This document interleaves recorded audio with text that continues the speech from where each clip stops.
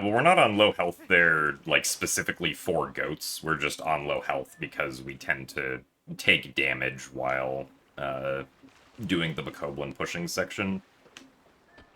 We don't, like, need to be at a specific amount of health or anything.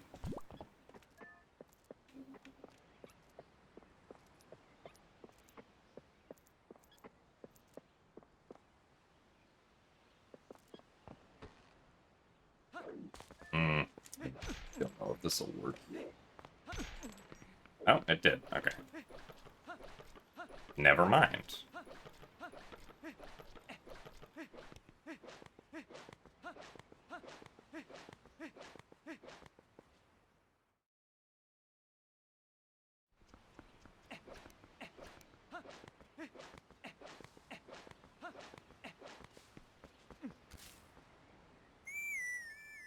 Also, thanks for the good luck, Sybaris and Zopiad.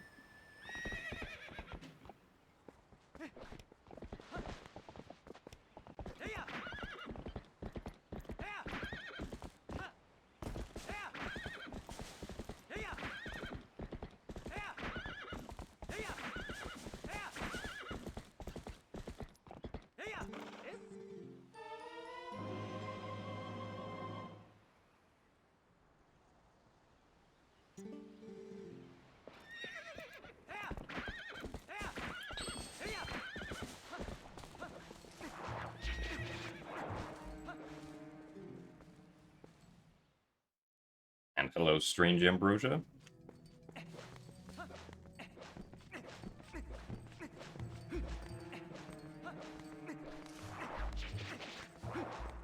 Maybe today will be another PB day. So far, 2.5 minutes in, this run is pretty good. So that doesn't really mean anything. When there's still 3 hours and 50 minutes of run to go.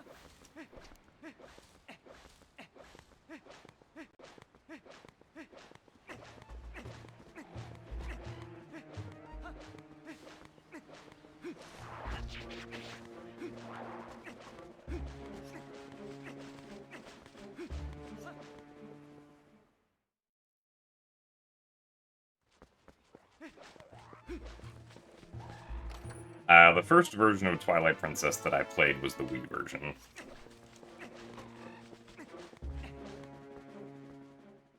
Also, thanks for the good luck, Mason.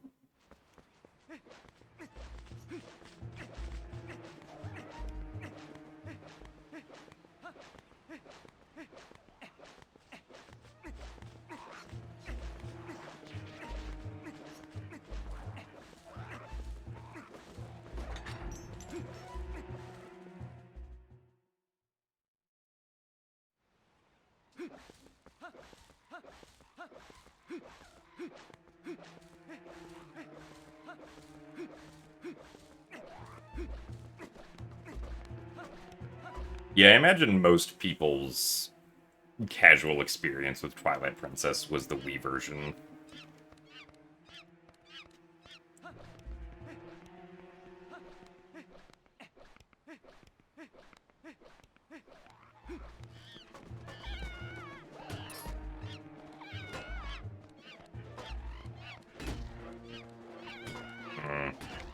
This angle kind of sucks.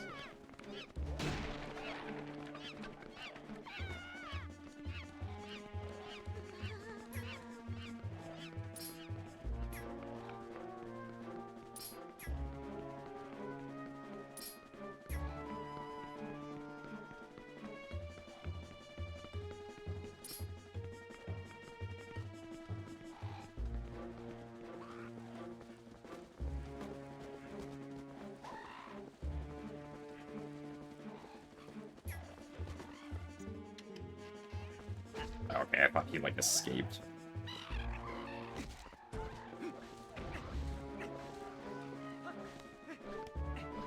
Thankfully, he did not escape.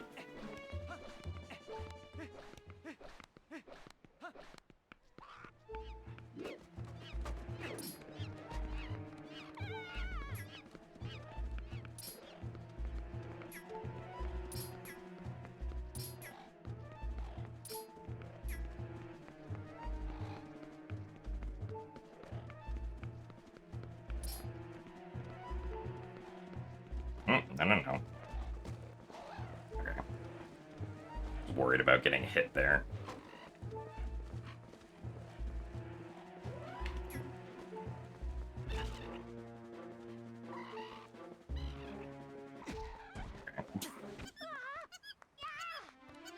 Well, that was overall not too bad. So it did help that we got a extremely fast gate clip.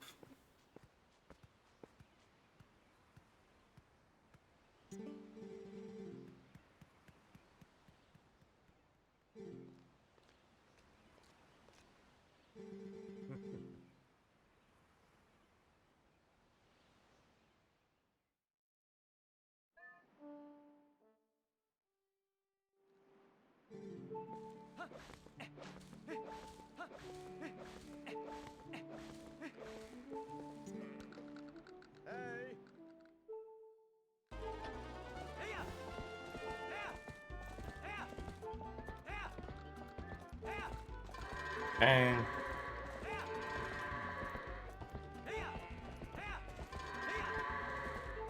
It's looking pretty good.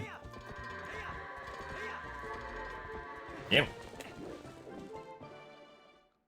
Alright.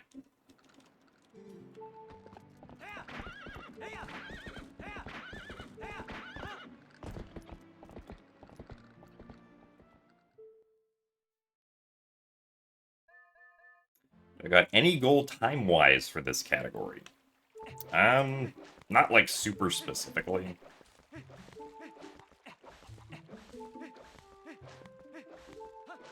But maybe like another minute or so PB. And that'll probably be good. Because if I PB by about a minute, that'll be about a run that's 4 minutes off of my sum of best. And generally, or like a goal that I generally feel satisfied with for Twilight Princess HD is being, is like a run that loses about 1 minute to sum of best per hour of the run.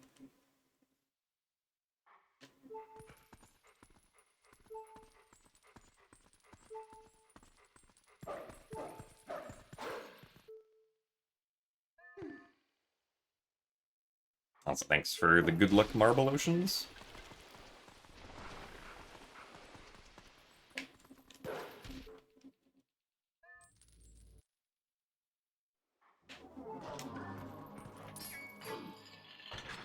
I mean, there's always been rumors that, like, Wind Waker and Twilight Princess will be coming to Switch soon, TM, that have been floating around since, like, 2020, so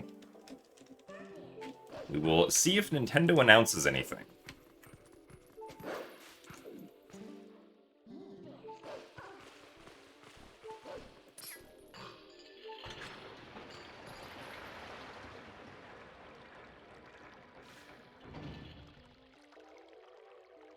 Nintendo would never announce something. True, Nintendo has canceled any announcements for all time. Any new games that released are just going to be immediately available at the eShop.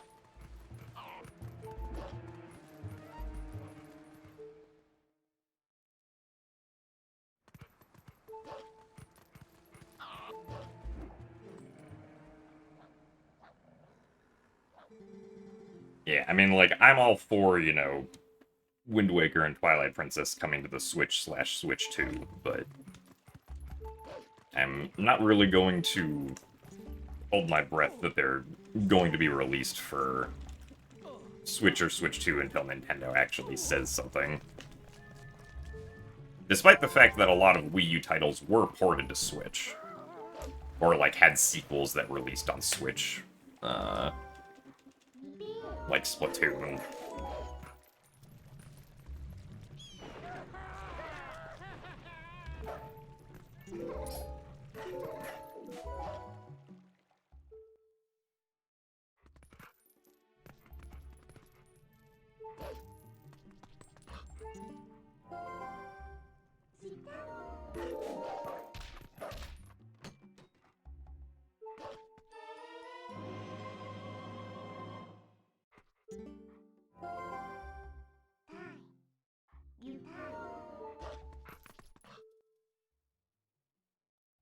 I will say that, like, I feel like if the, like, April 2nd Direct comes around for the Switch 2 and there's no mention of Wind Waker or Twilight Princess in that Direct, then that means that if there is a plan to put it on the Switch 2, it probably would not be released in 2025.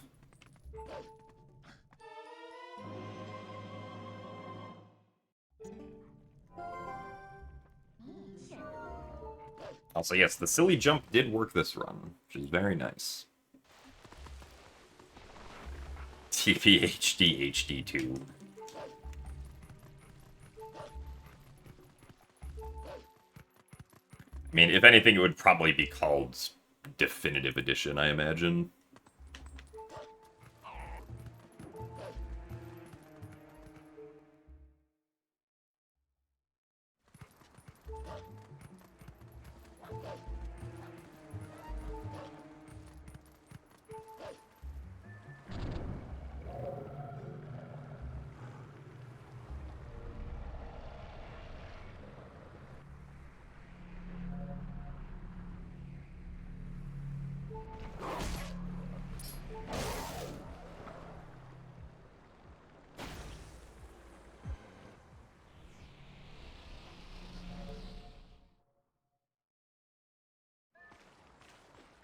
Anniversary Edition. I mean, that would also be a fine descriptor, I think.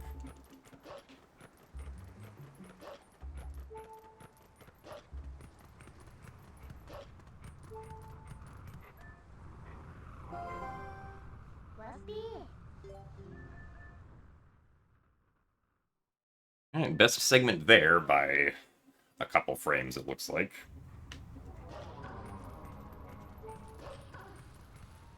So far, this is a very nice start.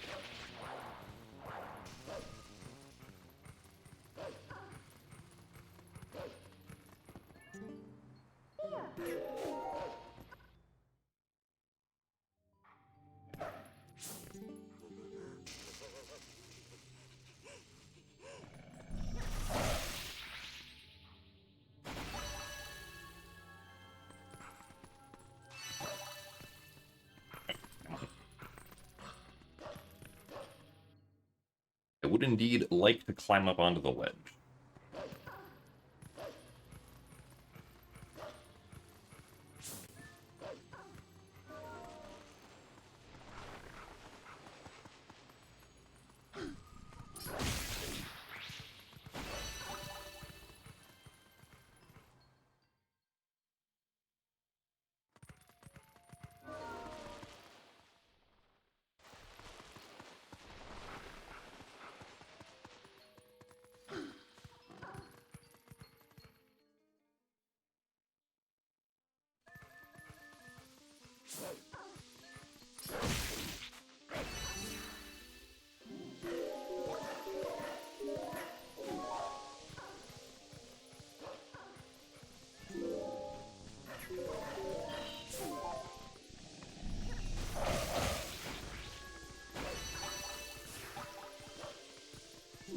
I don't think we're making the fast swing cycle.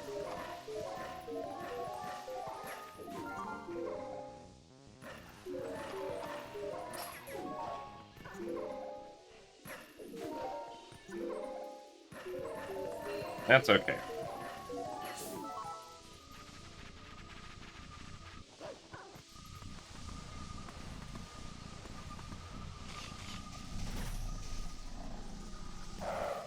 Really, we missed both of them? Wow, I look dumb.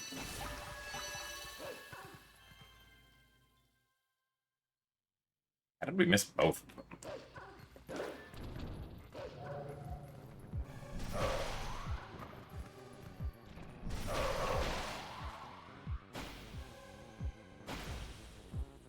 Usually get at least one. But not that time, I guess.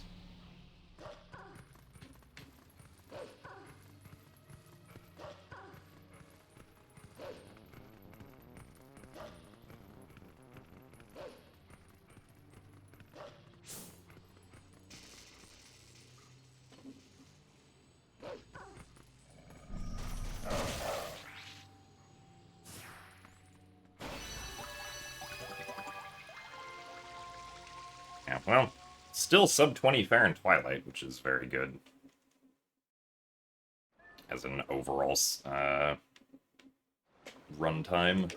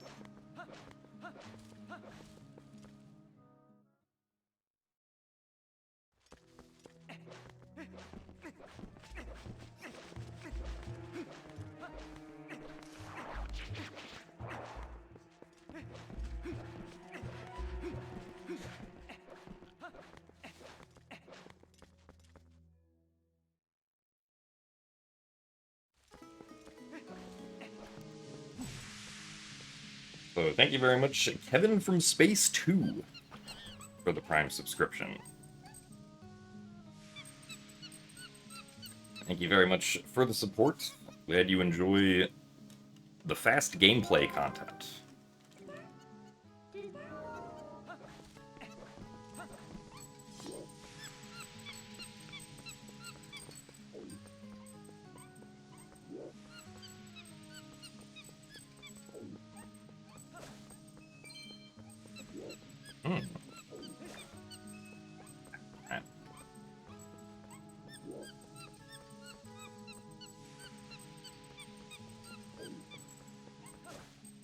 Probably would have gotten a cutscene if I had collected that blue rupee.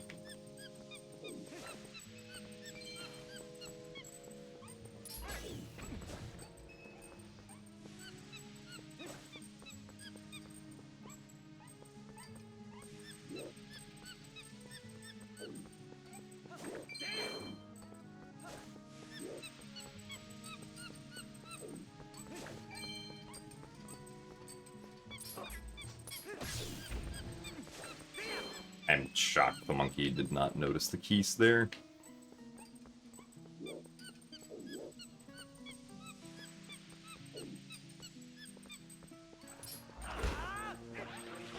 Oh, come on. Oh. I tried doing another quick spin there, but...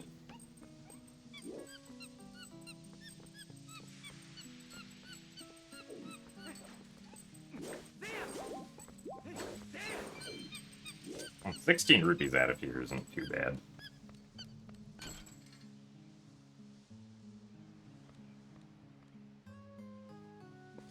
Yeah, space was so cool they made a second one.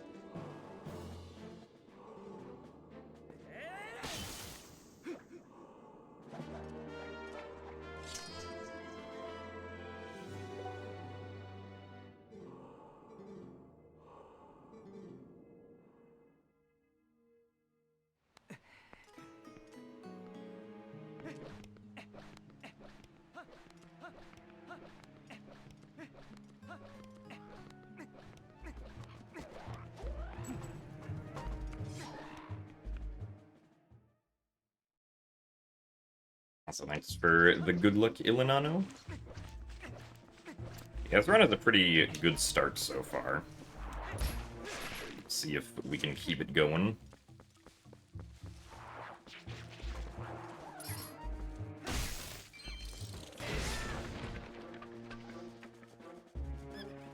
Also, thanks for the good luck, Aircraft and Pigeon Party Time.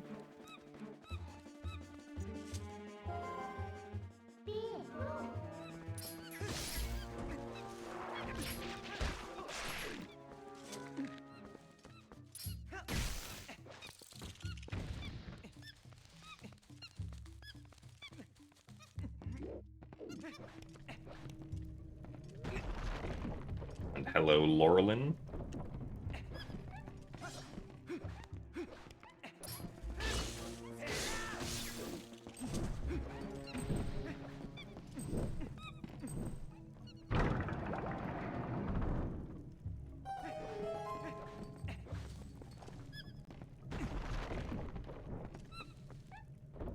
No, the hitbox of the Dagonut is not big enough to hit both spiders.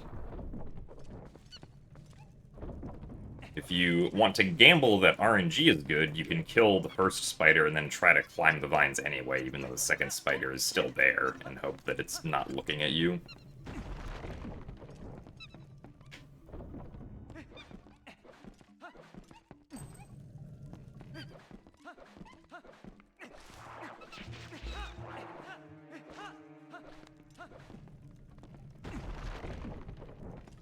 The run's not too bad so far.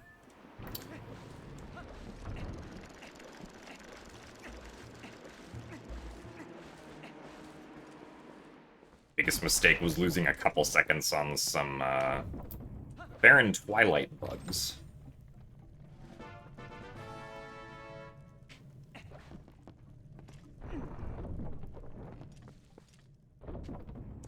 True, it is also possible to just climb up without killing either spider, but... That's pretty much Tas only.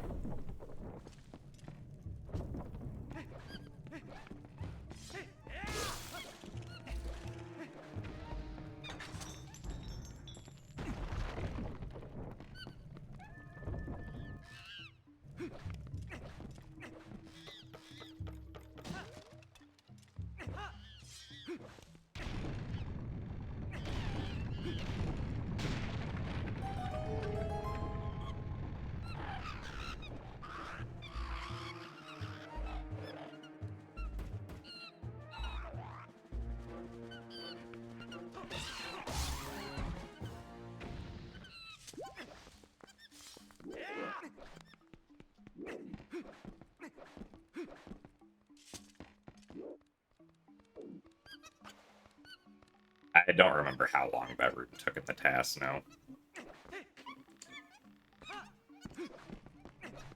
Because the Tas that I made like 7 years ago, so it's been a while.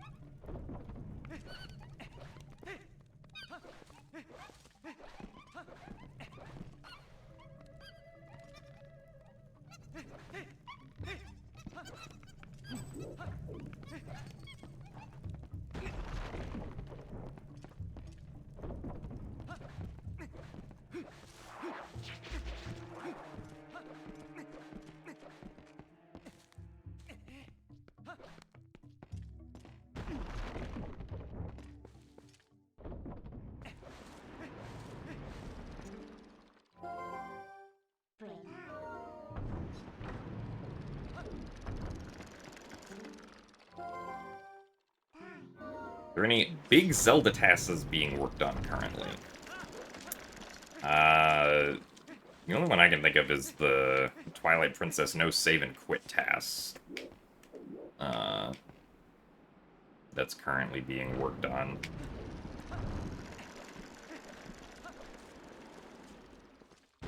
Which, when it's completed, then I think that's all of the main leaderboard categories of Twilight Princess tasked once that one's done. 1, 2, 3, 4.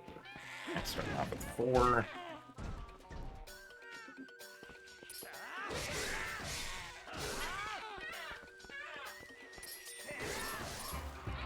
One, 2, 3, 4.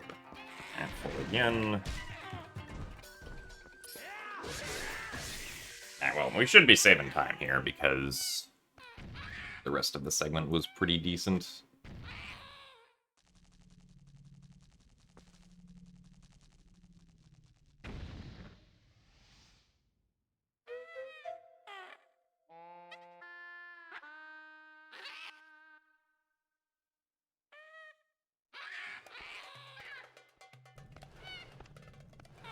Yes, no save and quit does inherently mean no back in time.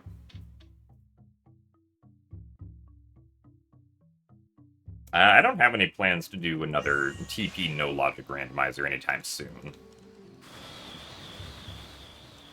So, probably not for a bit.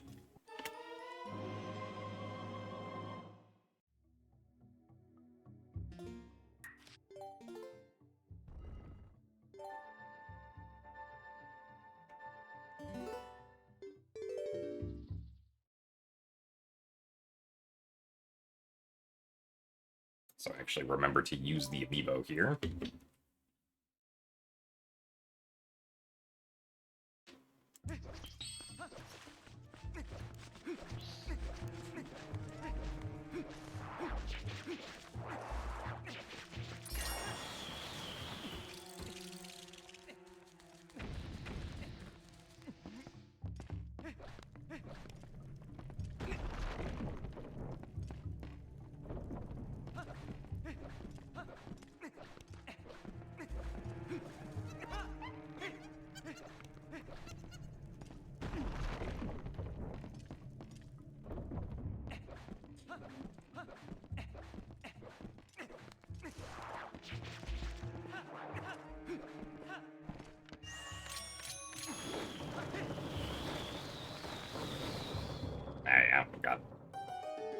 Wasn't quite holding the correct direction when I jumped there, so I got kind of stuck in a walking animation.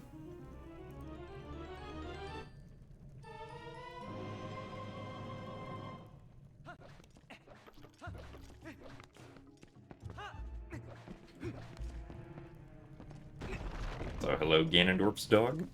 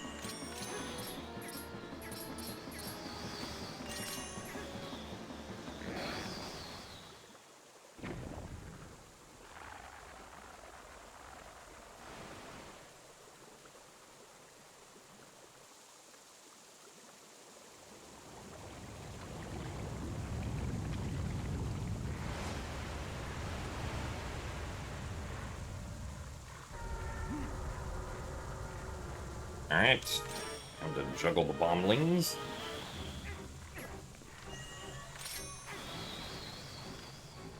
Almost messed that up because my finger slipped on the controller.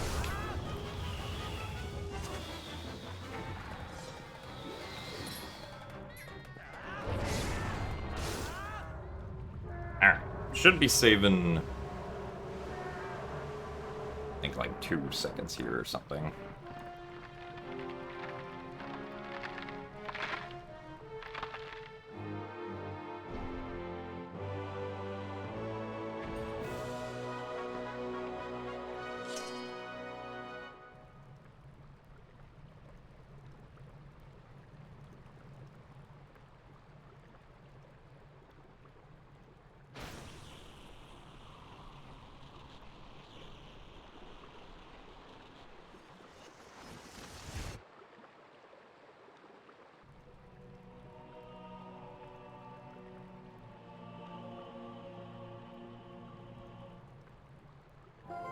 Oh, that is a very cute cheering emote.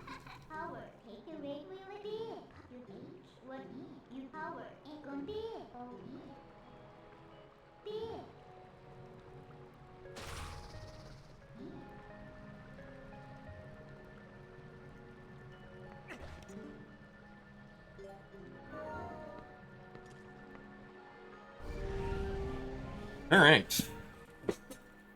Pretty solid start to this run so far.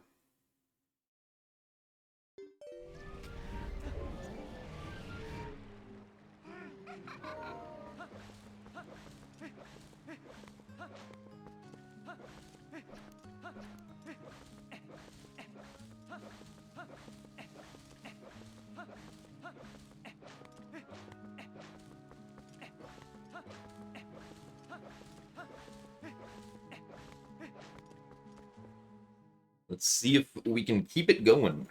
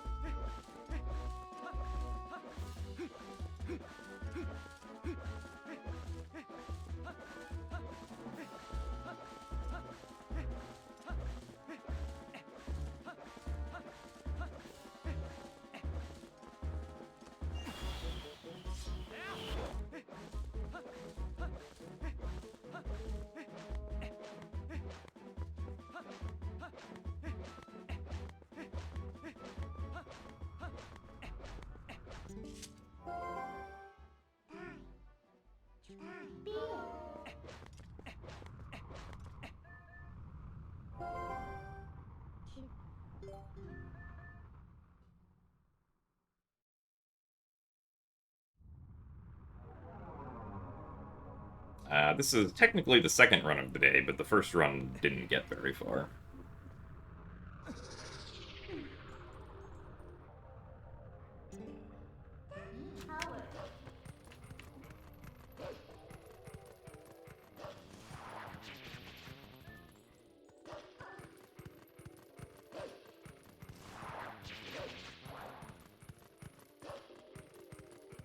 Yeah, I mean, I enjoy Zelda games both from the speedrunning perspective and just casually. I mean, I wouldn't have started to speedrun Zelda games if I didn't enjoy them casually first. So I'm always excited when a new Zelda game comes out.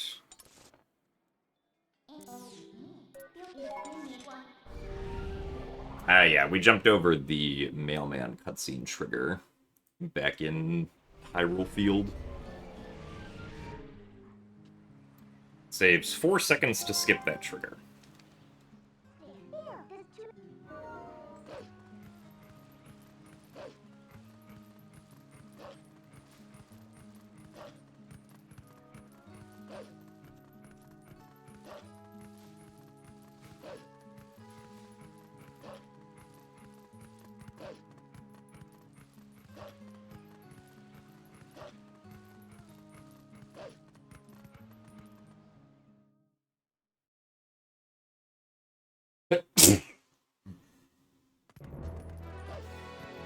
I haven't really tried speedrunning games besides Zelda games.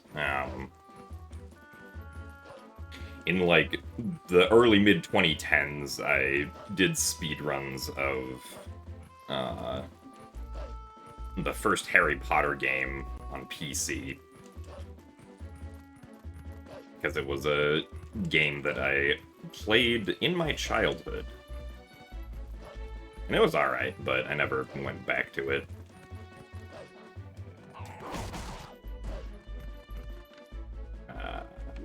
The sketchy position.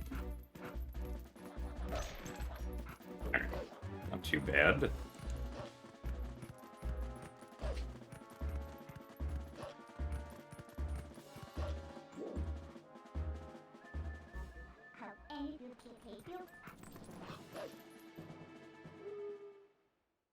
Also, thank you very much for the 15 months of Prime Cracker Balls.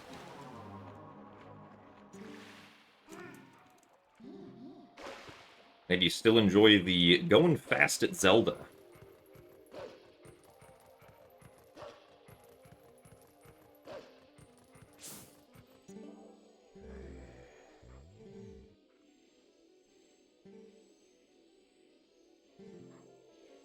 Yeah, when I was younger, I also played the second one casually, and I did think it was a lot better.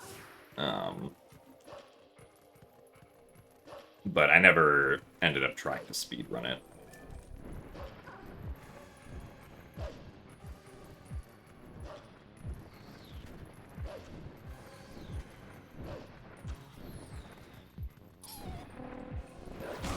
And that was pretty fast.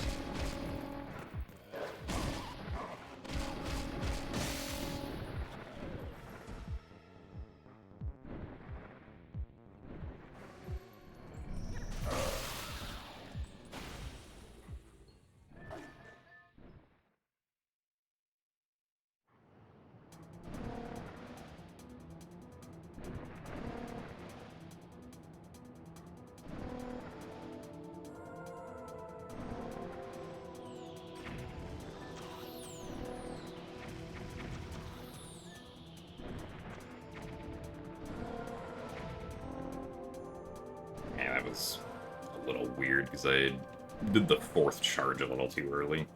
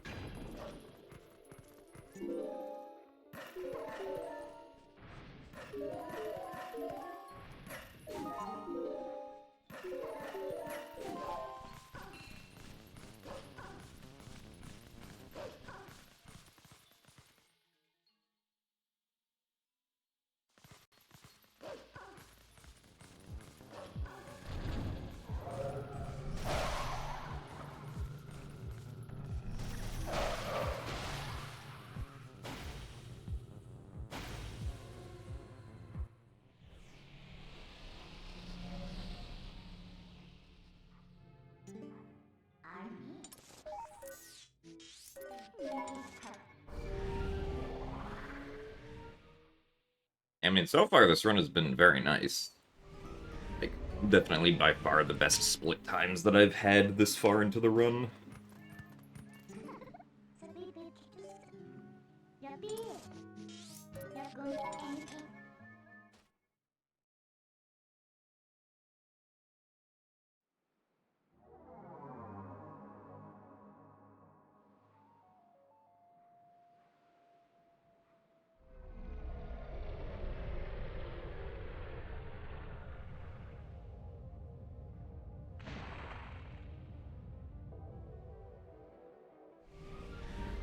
What do I think of Mr. Alberto?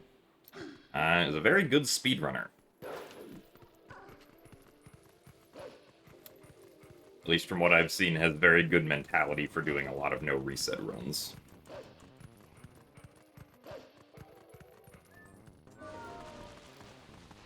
Which is something that I should probably do more of.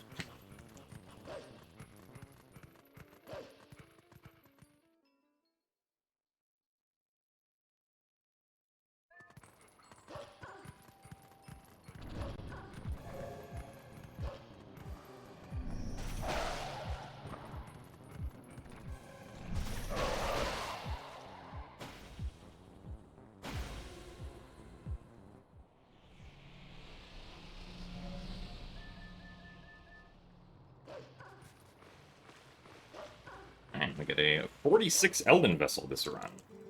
That's pretty good.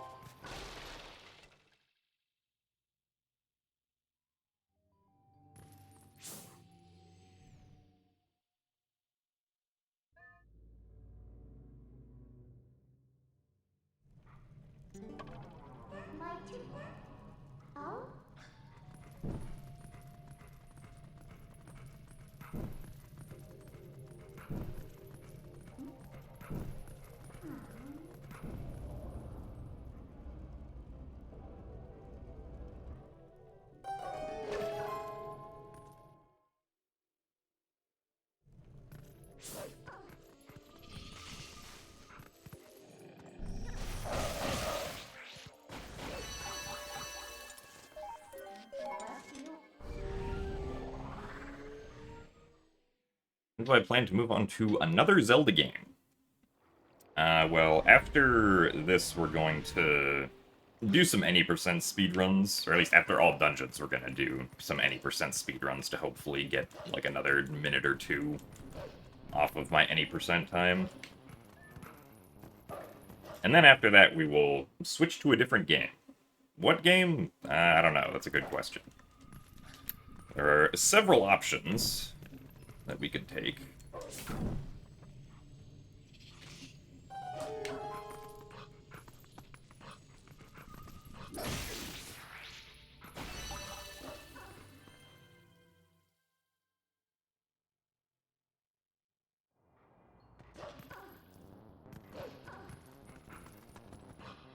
'3D Challenge has a whole new game now. That's true, but if I was going to do the 3D Challenge, I would probably want to do, at the very least, standalone Wind Waker again first.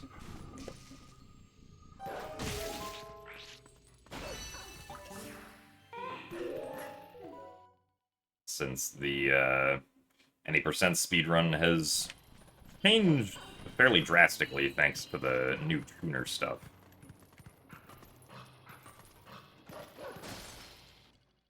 I have to learn that and learn an entirely new barrier skip setup.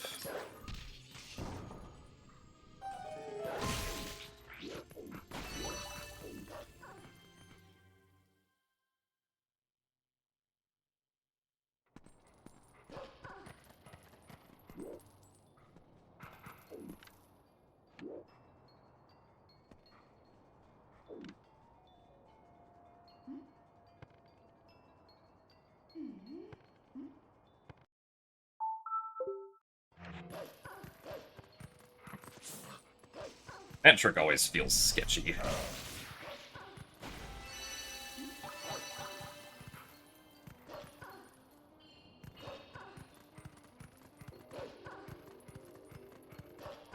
Also, hello, haha. Well, apparently, I would say we are definitely on a winning path. Considering that we're 50 minutes into the run and have only lost 17 seconds to best. Does this take a lot of focus, or is it muscle memory at this point? I mean, most of the time does not require a whole lot of focus. Like right now, I'm just running, right? Running does not require a lot of focus. But there are usually a lot of little interspersed parts of the game there. It's like, okay, for these, like, few seconds I need to be very focused on this, right? I would say the thing that requires the most consecutive focus is probably Bokoblins. Like the Bokoblin pushing at the beginning of the run.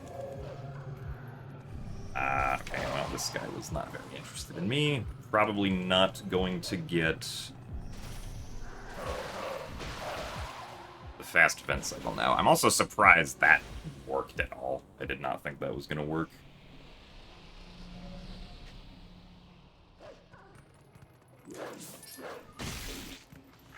But yeah, no fast fence cycle.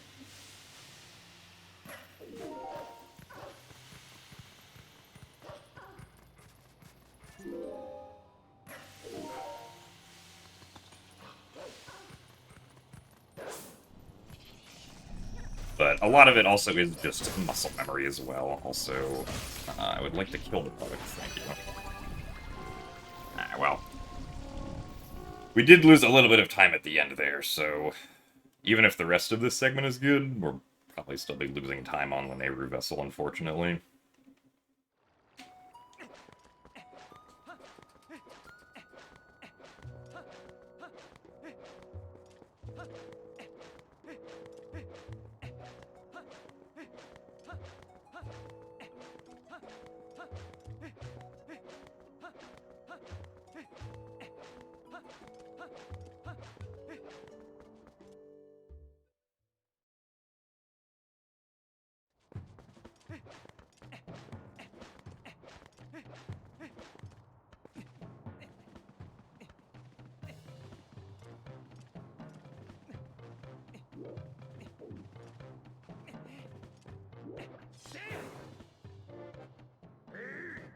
So thanks for the best of luck bits of chivalry.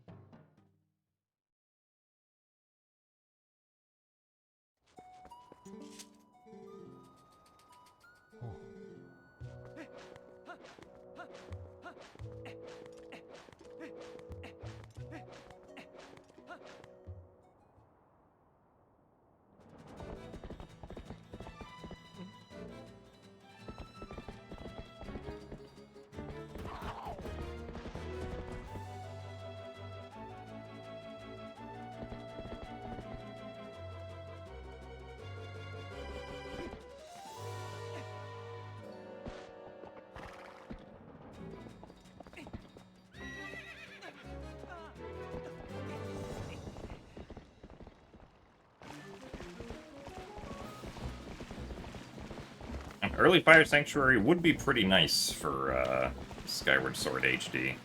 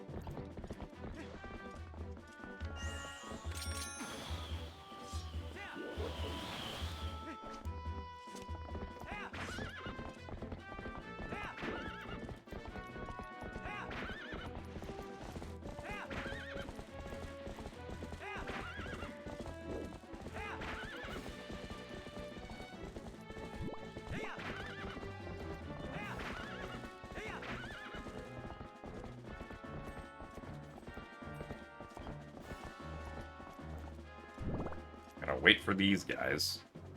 Okay, I got disinterested.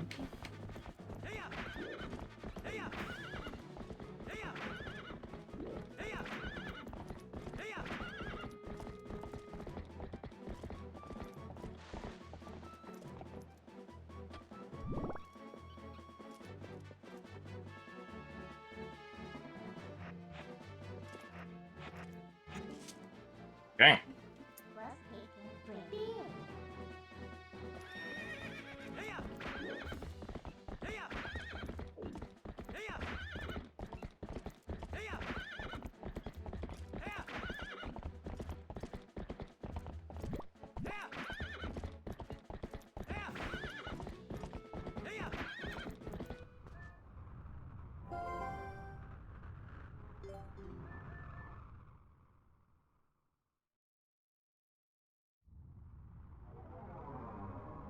Well, at least the mailman skips that we do in this category are pretty easy.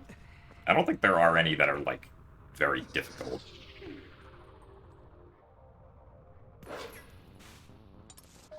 It's generally just, like, get roughly onto a position and then long jump attack in a direction. And that'll generally work.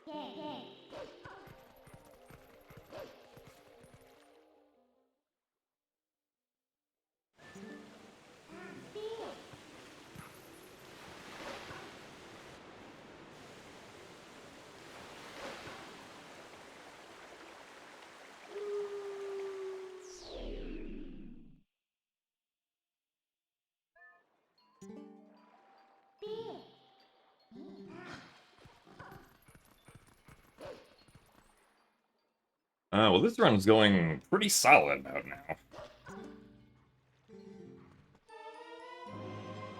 Only lost 3 seconds on Lanayru Vessel.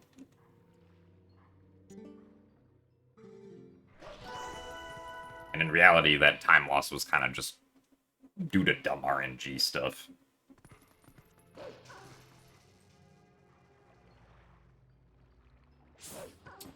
See if we can keep it going through Lanayru Vessel now.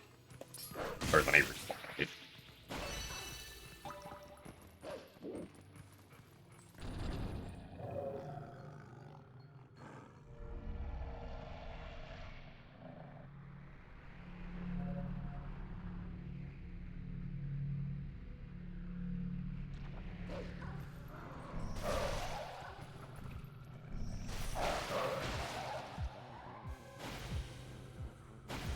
Yeah, a 58 Lanayru Vessel is, like, very good. At least for me.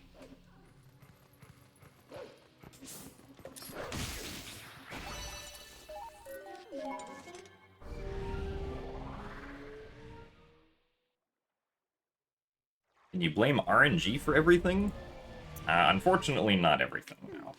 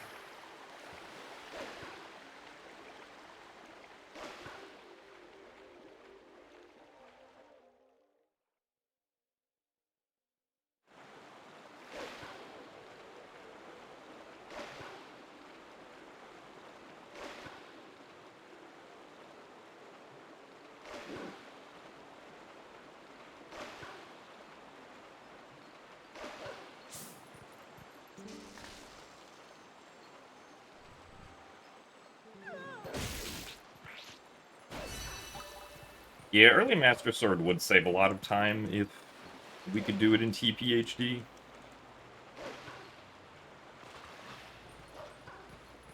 I think it would end up saving, like, 20-ish minutes in 100% and, like, 15 in all dungeons or something like that. It would be pretty significant.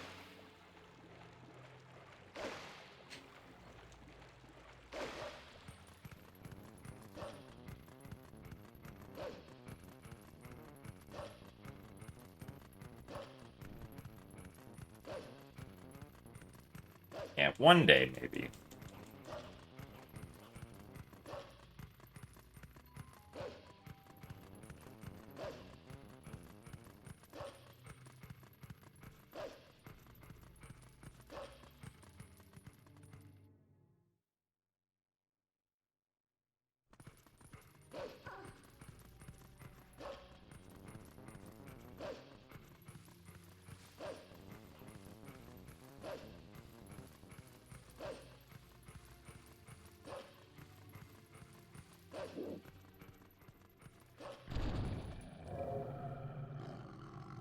You're still hoping for another Wind Waker HD Puppet Ganon skip. I mean, at this point, the best bet is probably some alternate way of clipping out of bounds to just do the existing, Puppet Ganon skip with fire arrows, I imagine.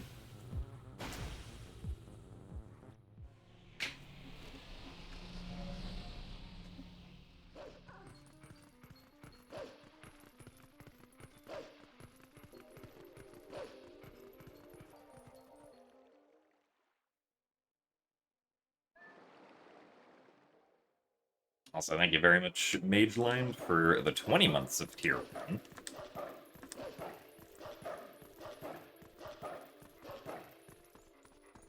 I do appreciate the continued support.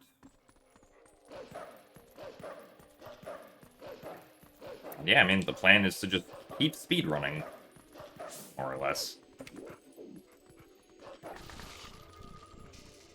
Really? Well, fortunate RNG with the bug there. I'm actually not sure if that's RNG or if, like, the way that I attack the box just sometimes doesn't result in the bug jumping out to the left, which is where we want the bug to jump out to, but for some reason...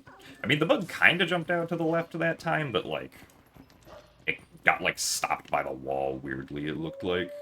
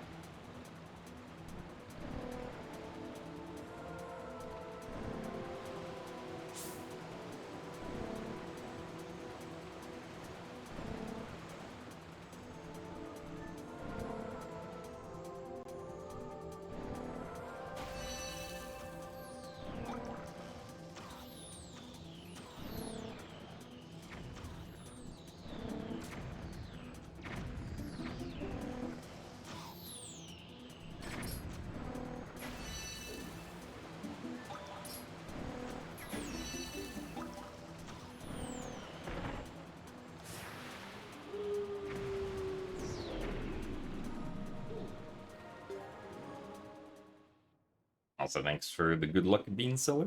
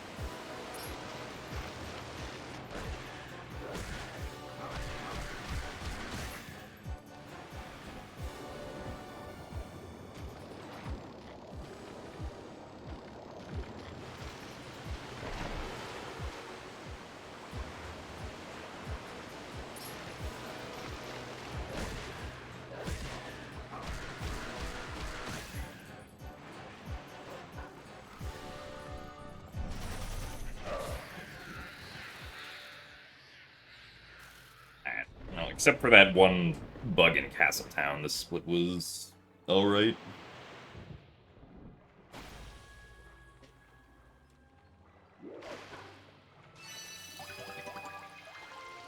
I'm a little surprised we still save time there, but sure.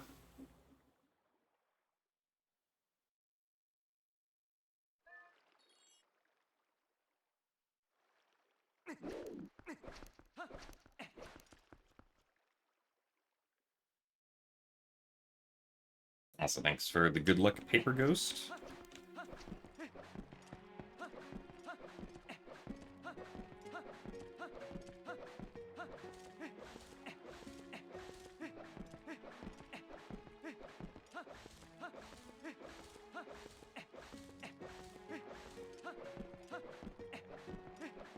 We skipped the animation of Wolflink attacking the legs of the boss there because we bonked onto the side of the boss instead, which canceled the animation.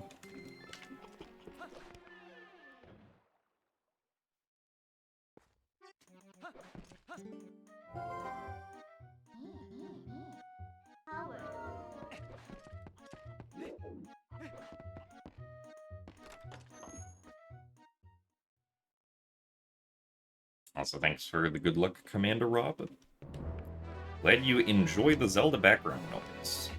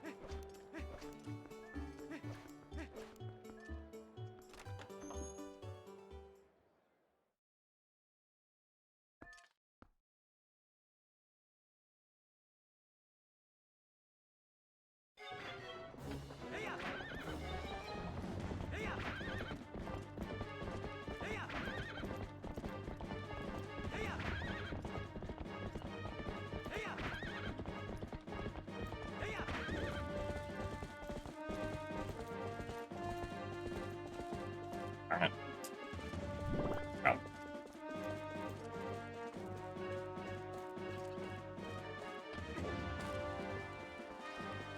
Alright. Lost a couple seconds there because we didn't stop when I was hoping to stop.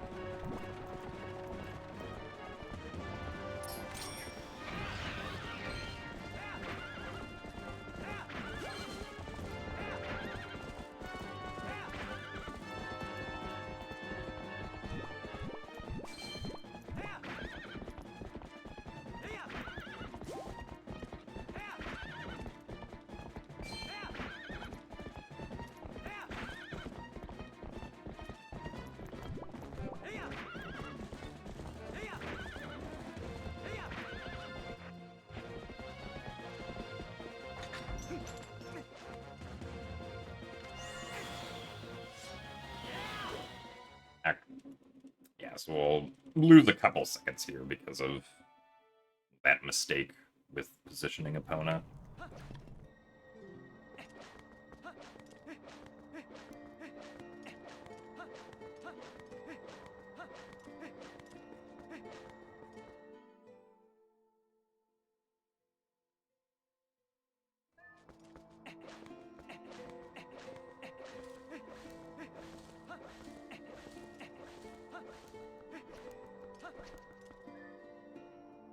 I feel like voiding out, resulting us in being on the other side of the bridge with the key from the boss fight has to have been a debugging tool. I mean, the logic of that happening is that, like, if you void out anywhere during the escort sequence, you respawn after the King Boblin 2 fight. Which makes sense because, like, you're not supposed to be able to void out before the King Boblin fight. Right?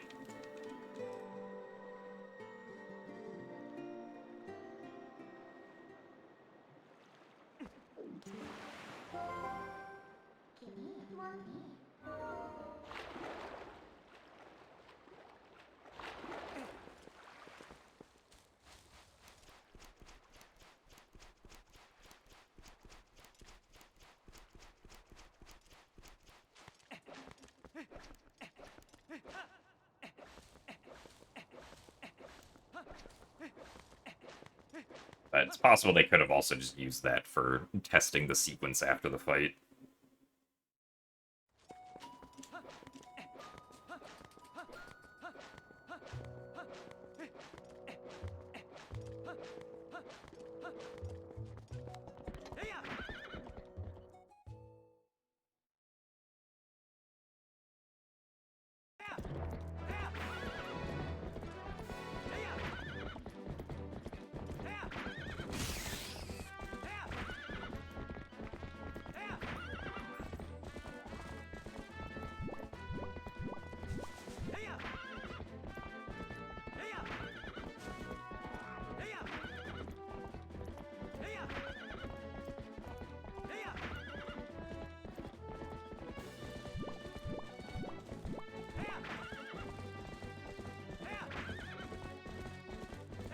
In any case, it's very nice that it works out that way, because it means that we don't have to either go get a bomb bag or go get the bow. So that we can beat King Boblin 2.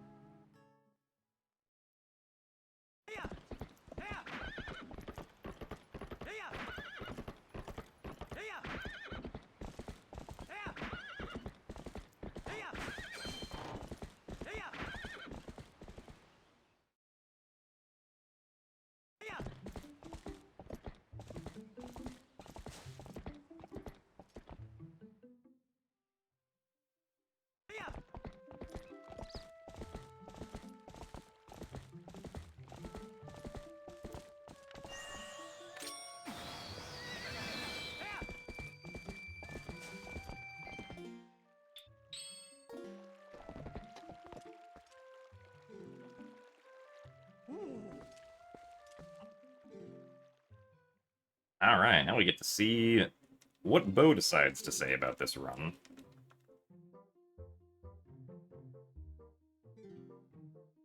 Whether he will be nice or if he will be mean.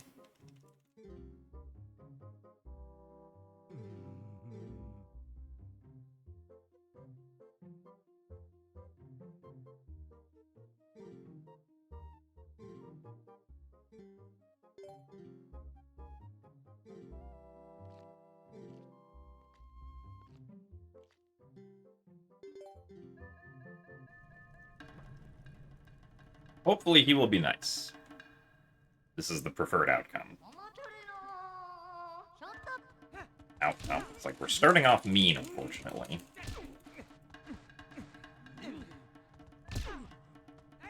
No, really.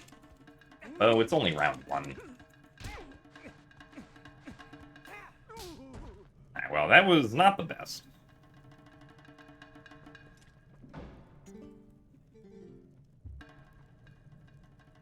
Maybe round 2 can go a little bit better. Unslap. Okay. Thankfully, Bo was relatively nice in round 2.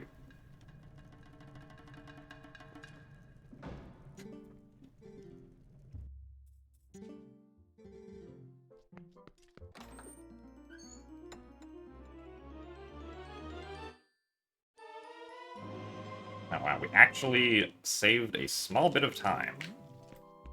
But we still lost 11 seconds to best, so...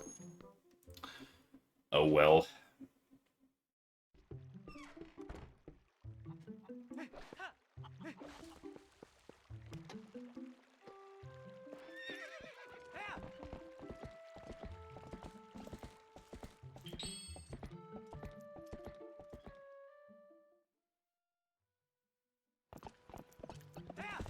Bo wasn't unkind in my PB, or like it was about the same as my PB there, which like losing 10 seconds to Bo is like not too bad, but because it definitely can be a lot worse.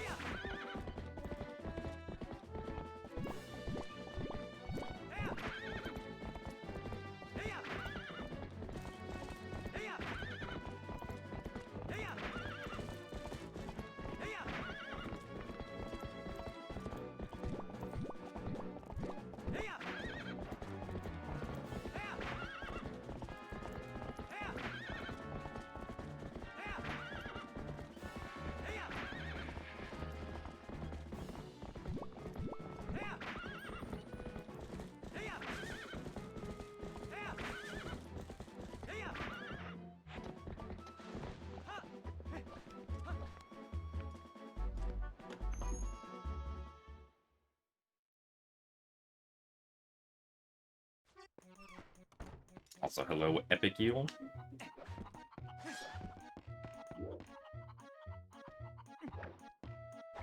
Ah. It's kind of slow, but oh well. Also, thank you very much, Askinhawk, for the 9 months of Tier 1. And thank you very much for the good luck as well. You're certainly going to need it with this run. Though thankfully we already got past some of the RNG stuff.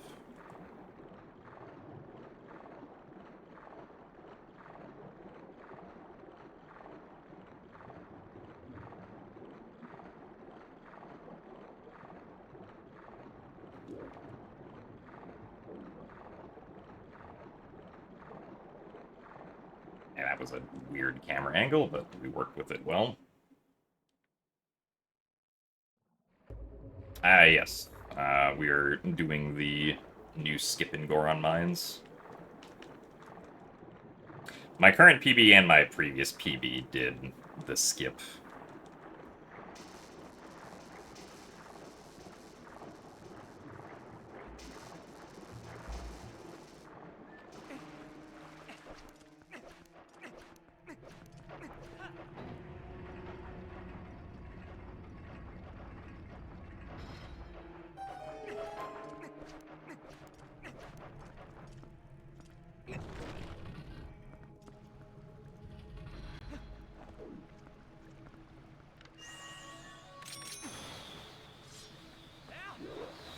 LJA actually worked this time, so that was nice.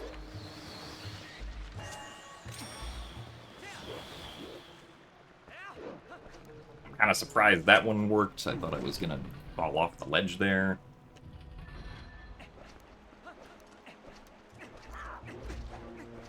Ow. Also, thanks for the best of luck, Matty Ice.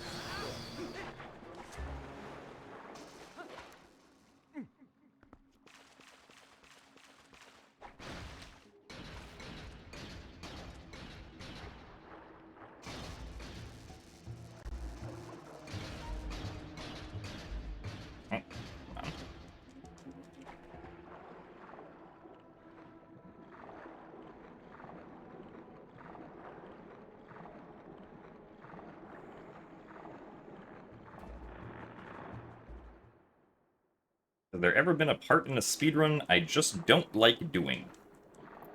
I don't know if there's ever really been a part of a run that I, like, actively dislike. But there are certainly parts that, like, aren't fun and are kind of boring, or just, like, RNG. Right?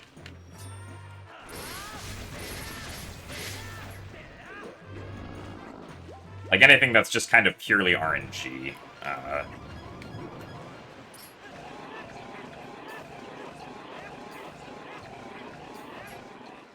Is never usually particularly fun. Because it's just kind of like, well, hope the RNG works out.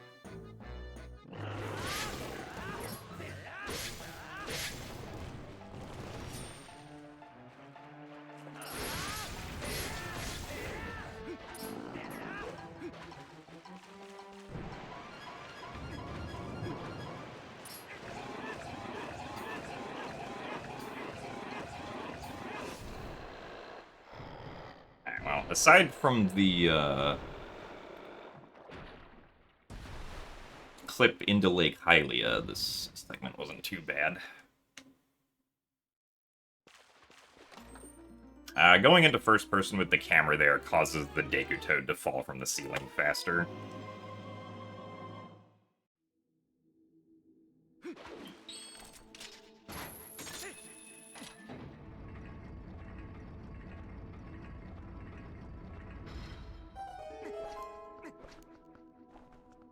Honestly, I don't... At least in Twilight Princess HD, I don't feel like the Twilight sections are that bad. I think that casually, like, the section of the run where you just kind of run through Hyrule Field after entering Lanayru Twilight is pretty boring. Like, that was probably the most boring part of Glitchless for me, was, the running after entering Lanayru Twilight. Because it's just a solid, like, 2.5 minutes of doing nothing but, like, holding forward, basically.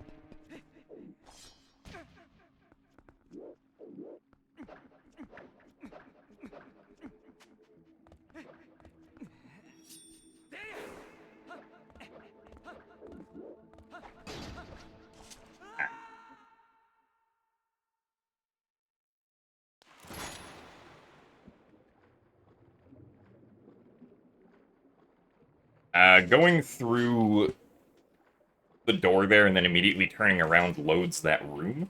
And loading that room, um, there's an object in that room that only appears in two places in the game. It's like a gate kind of object that appears in that room and in a room in City in the Sky. And because of differences in the way that, like, the code for this game is loaded from the original versus HD, if you load one of those, or if you load that gate object in one area, either City in the Sky or Lakebed, the first time, it will not load in the other area that it's supposed to appear in. For reasons. So by loading the gate there in Lakebed, the gate is now gone in City in the Sky, and it just so happens that that gate being gone in City in the Sky allows us to skip a couple rooms in City in the Sky.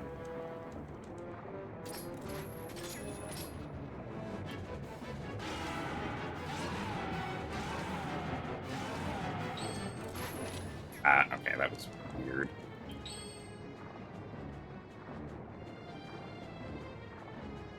Field, can you turn left, please?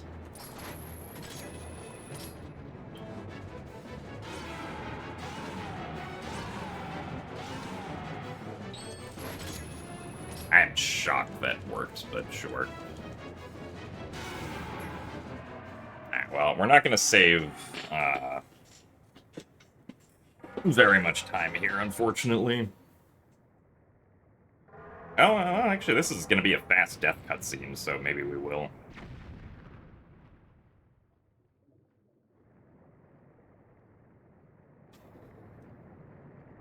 Yeah, and that code loading difference is also why Morph Glitch happens in Wind Waker HD.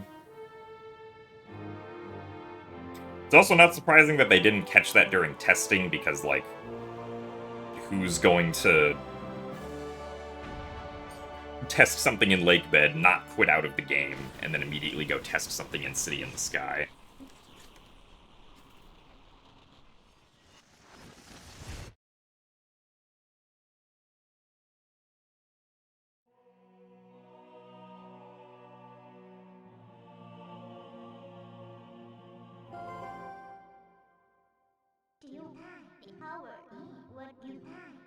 Also, thanks for the good luck, Super Dude.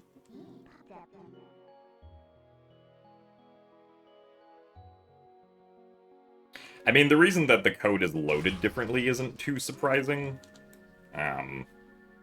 Like, the actual difference is that, like, in the original game, code is basically only loaded when it's absolutely needed. So, like, the code for different objects does not get loaded in unless that object is also loaded in on a stage, right? Whereas in the HD remakes, they just load all of the code at once because by the time that the Wii U came out, the size of the code was pretty negligible compared to, like, the amount of memory that was actually available for the game to run on.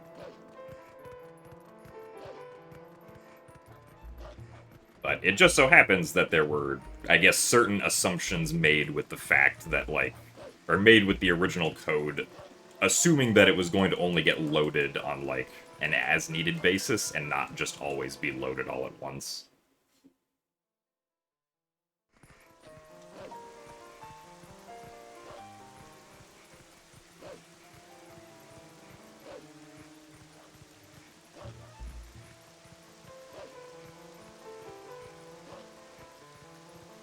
Which, for the most part, doesn't matter, right? Like, as far as we know, this gate unloading in TPHD and the Morph glitch in Wind Waker HD are the only, like, effects of that happening.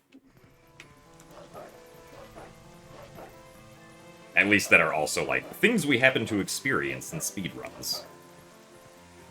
There could be other things that are different that we just don't know about.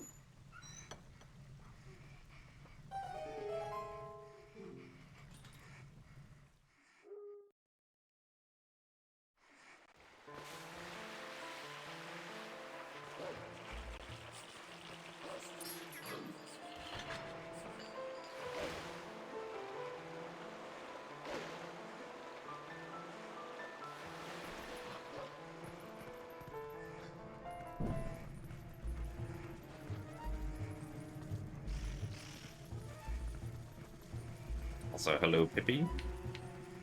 Would I like a cookie? Ah, yeah, cookie sounds pretty good right now.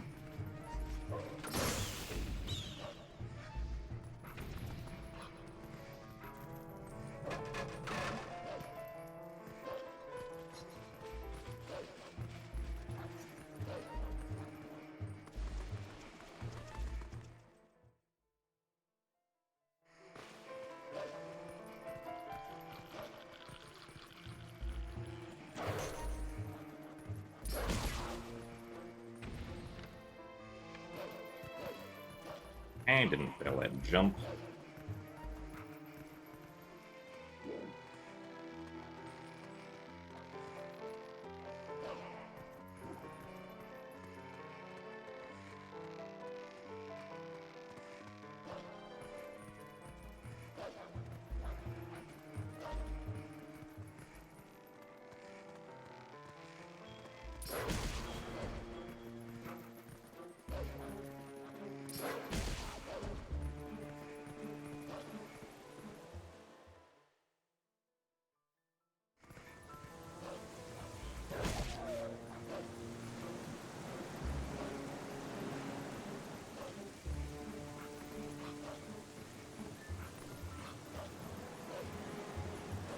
Ow, darn it.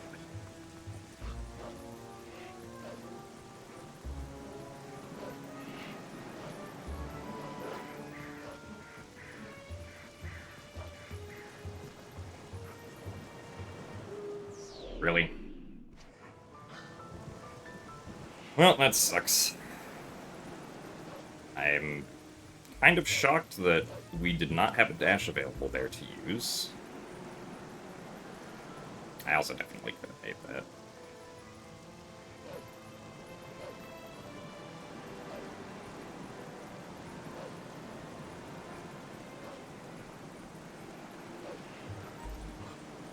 Well, now we're not gonna save any time on Master Sword.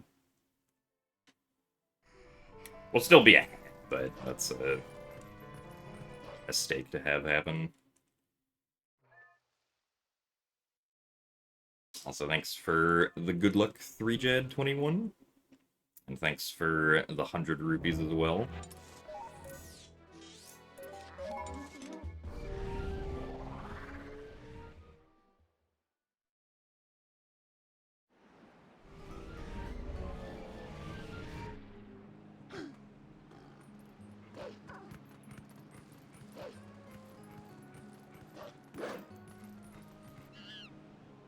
I was trying to just target to get rid of the free cam there.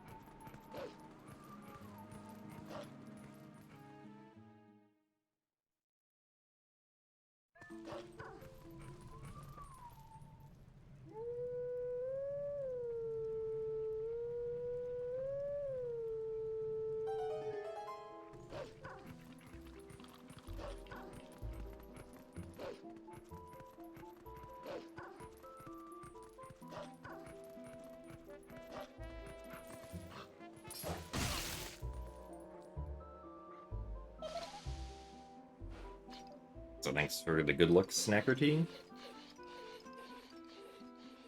I think Midna would think speedrunning is cool. Probably.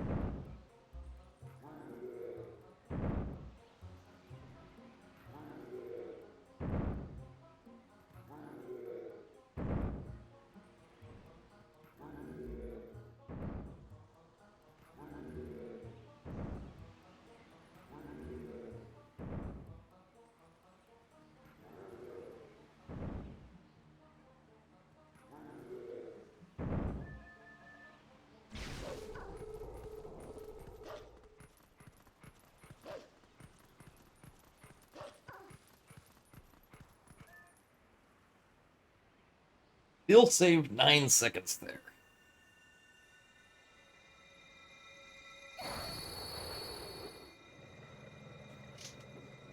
Alright, well, next split will be a decider of what the run is going to look like.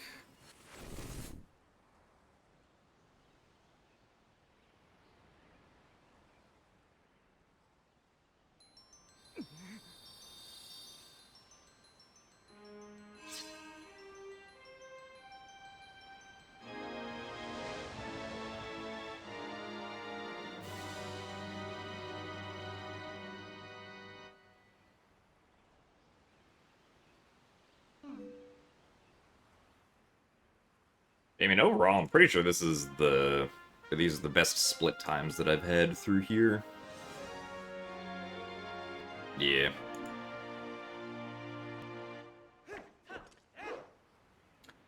But there's still over half of the run to go, so can't get too comfortable yet.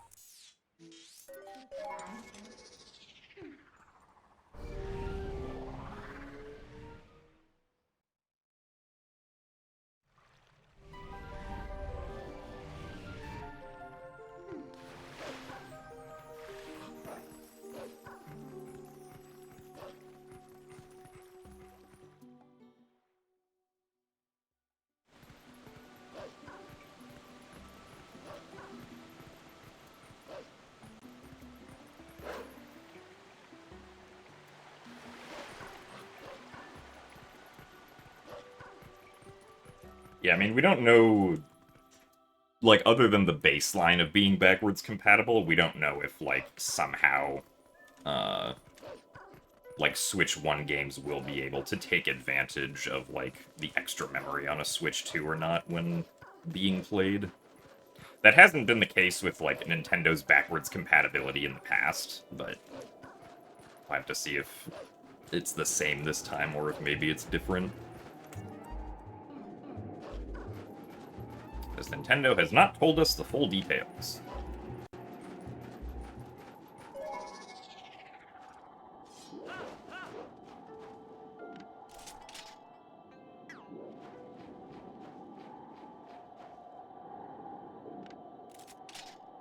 Hello. Do the Wolfos want to run forward? Okay.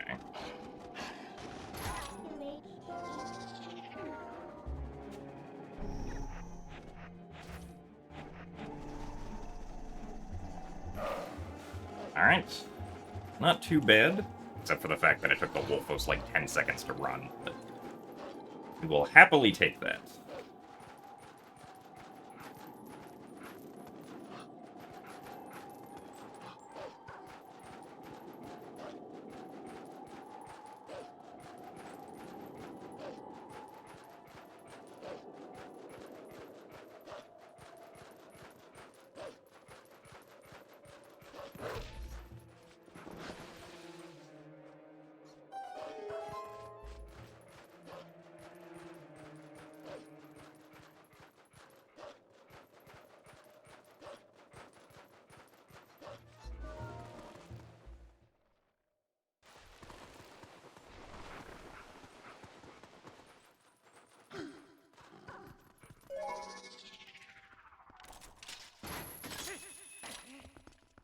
Okay, nice camera angle.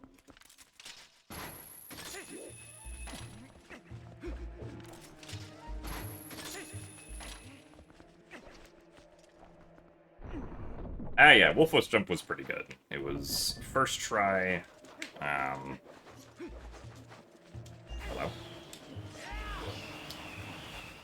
Must have pressed the boomerang button a little too early. The only part of that lost time is that it took the Wolfos a few seconds to actually start running forward.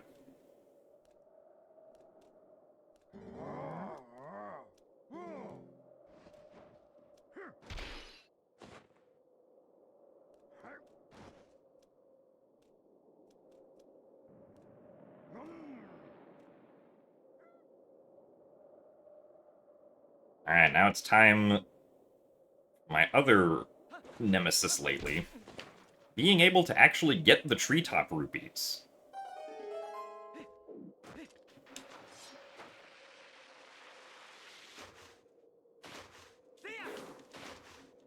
The treetop rupees are very difficult for me to get consistently for some reason. I mean, I think it's just difficult to do that in general because of controlling the snowboard not being the easiest thing. Let's see. Oh, looks good. Alright. We've gotten the rupees.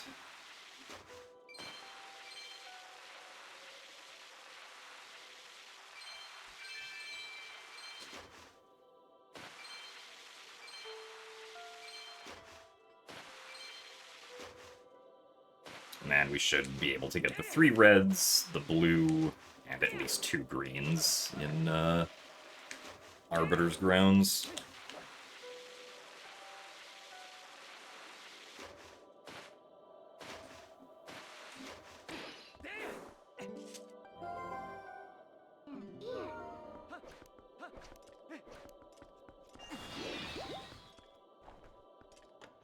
Also, thanks for the good luck ace.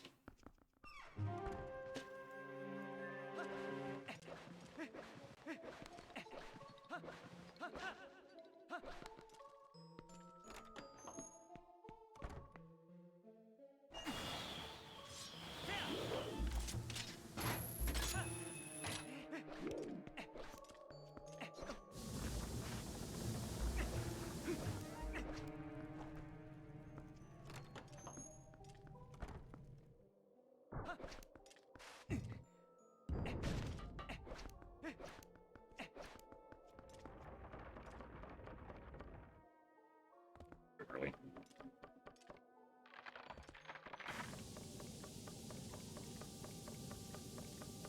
The floor clip in that specific spot at Snowpeak doesn't work. I know that much.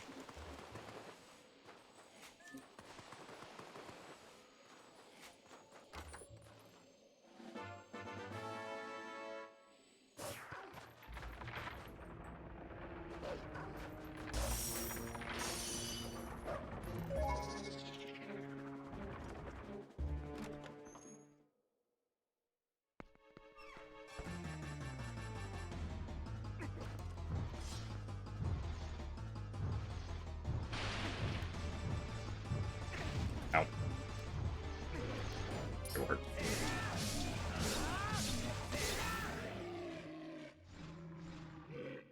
Shouldn't matter too much that we got hit there, as long as, make sure to not take too much damage through the rest of Snowpeak.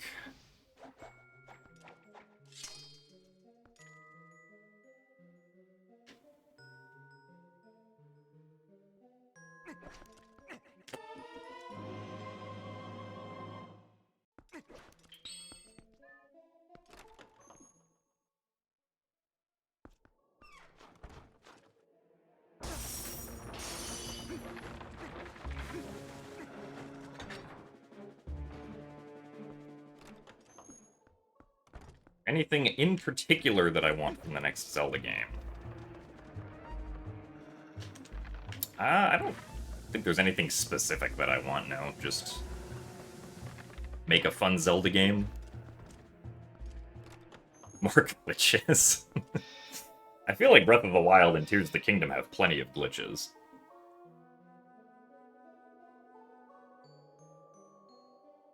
Pocket Rocket and ABC sliding are pretty good.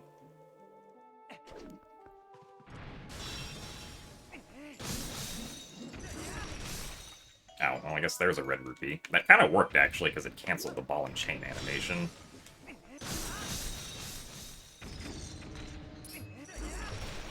Ow, really?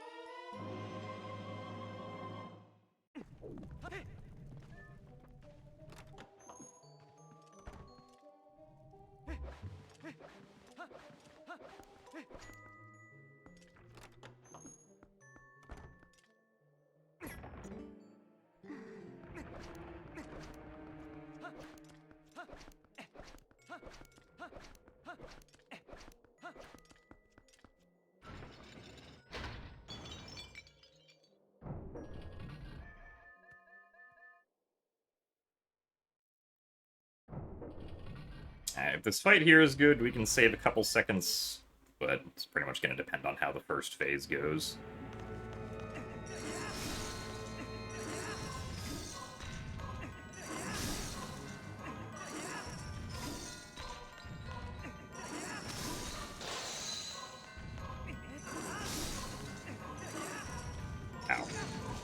Really? That didn't hit it?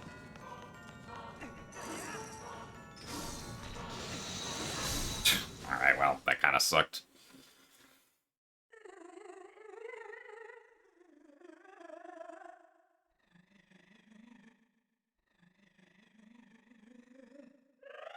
So probably not going to save time here now.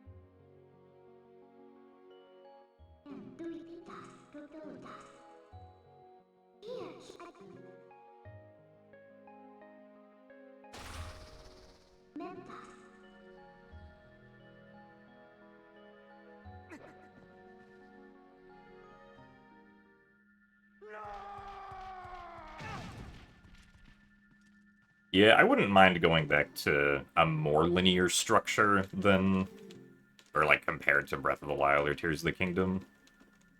Also, look into the eyes of Yeto. They're true beauty.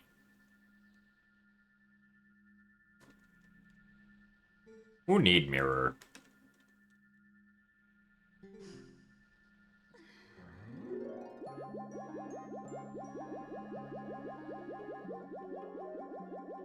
Who I think Eyes of Yeto will feature in the next Zelda game.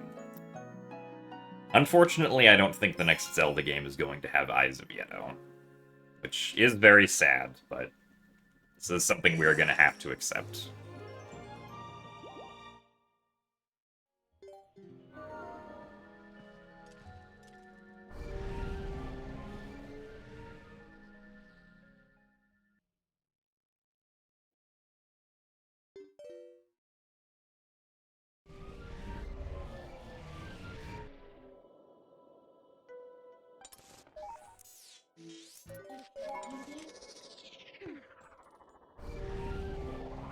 Also, thanks for the good luck to Dave the Vader.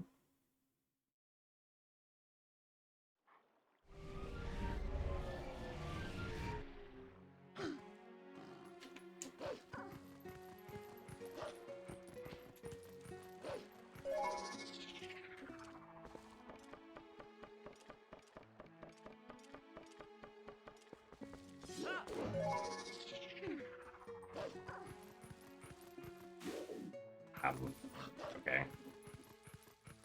Must have gotten snapback there or something.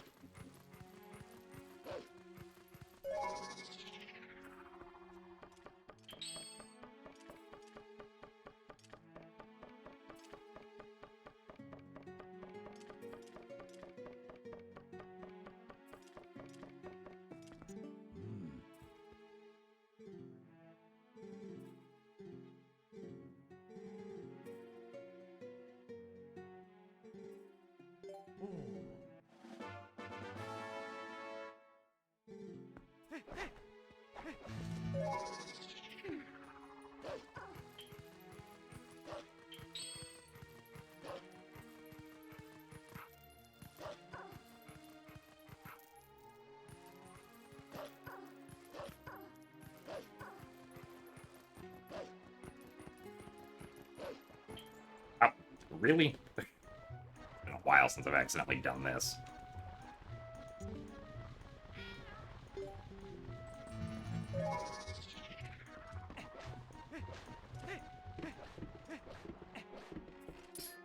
That means we're not going to save time here, unfortunately.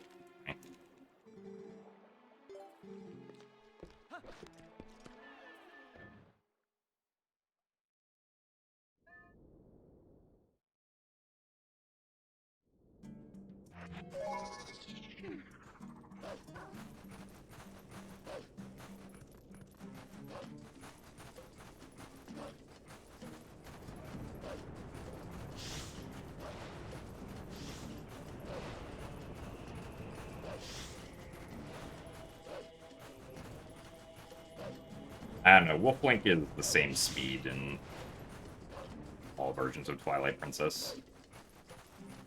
Wolflink is faster in specific areas compared to others in the game. Like, in big open areas like Hyrule Field and Gerudo Desert, Wolflink runs faster than he does in, like, Orden Village or inside dungeons.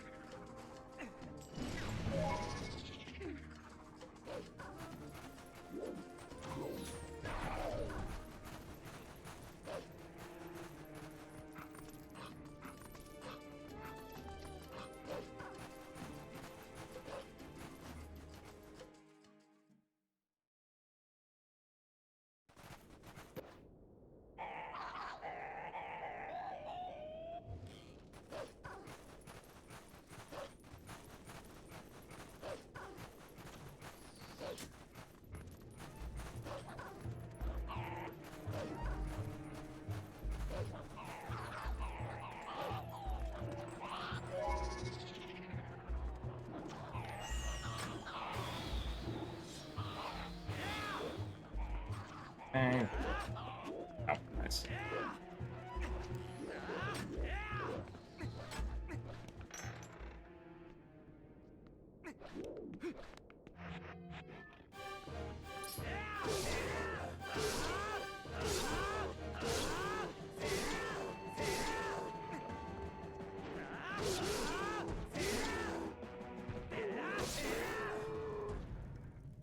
Yeah, so we're losing like 6 or 7 seconds here because of accidentally activating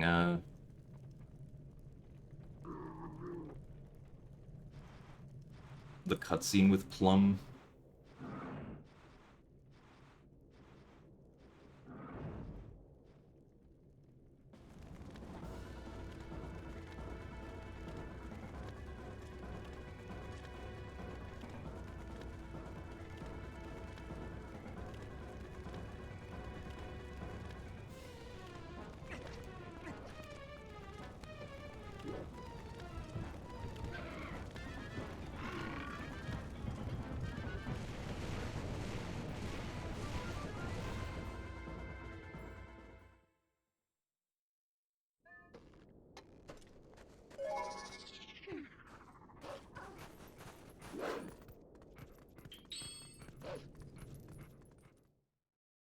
Yeah.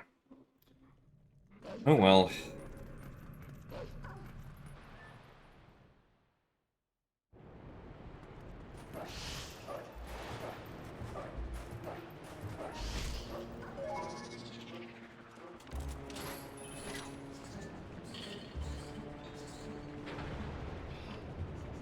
Also, thanks for the good luck, Lucas.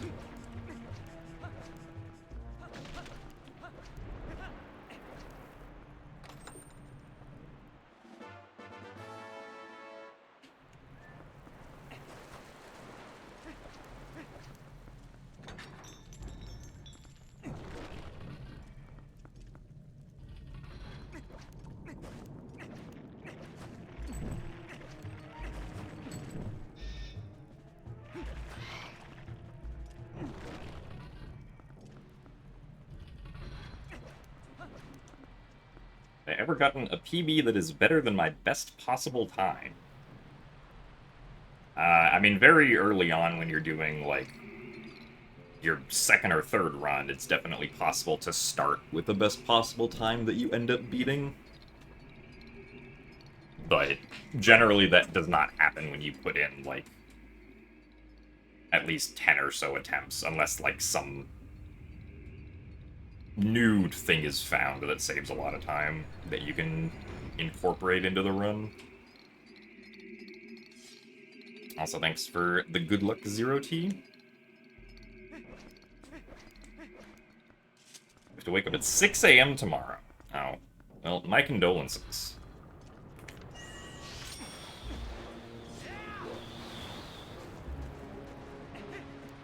Well, Moldorm's not gonna mess me up that time. Also, that LJ almost did not work. That would have been unfortunate.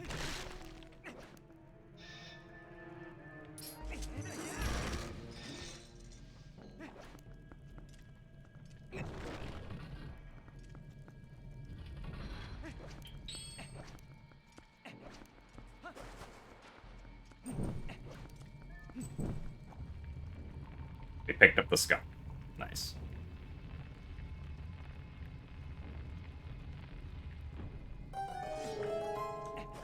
Or we didn't? It's weird, I definitely thought we did.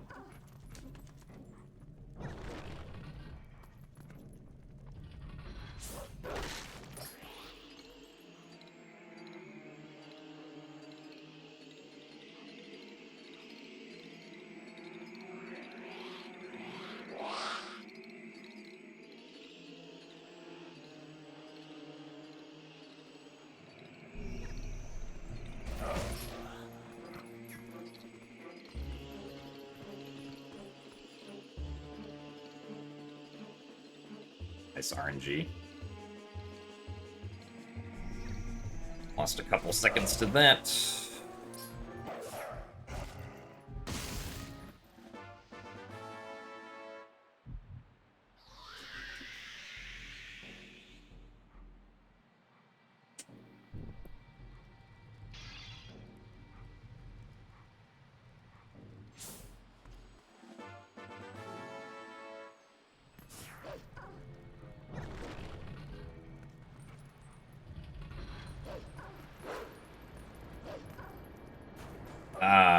That's unfortunate.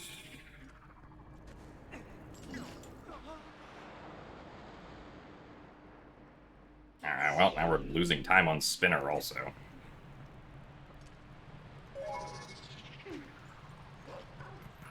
Can't say I've done that one before.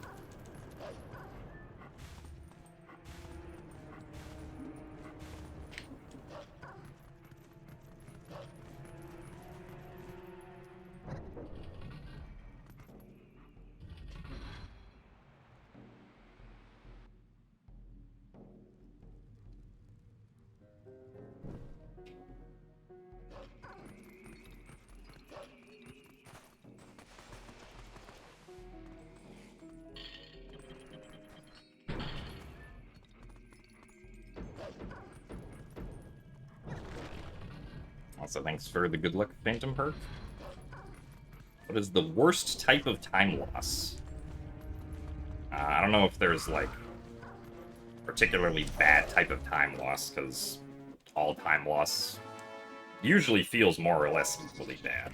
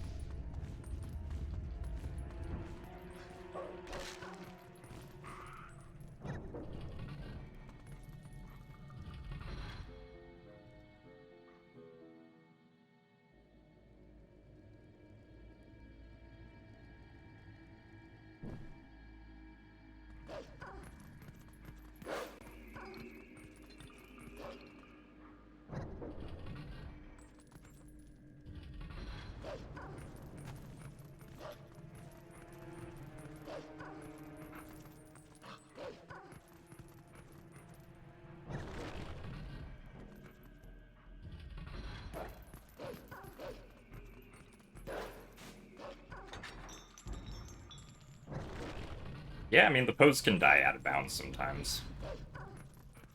Generally, it's not out of bounds by very much, because you still have to be able to pull the soul out of the Poe to kill it.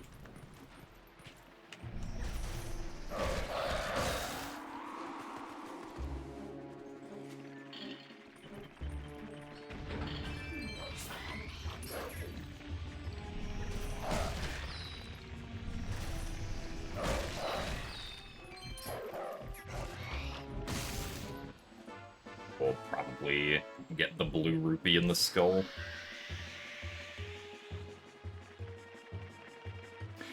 We're gonna lose a little bit of time to the blue rupee cutscene as well, but better that than forgetting to pick up a rupee later.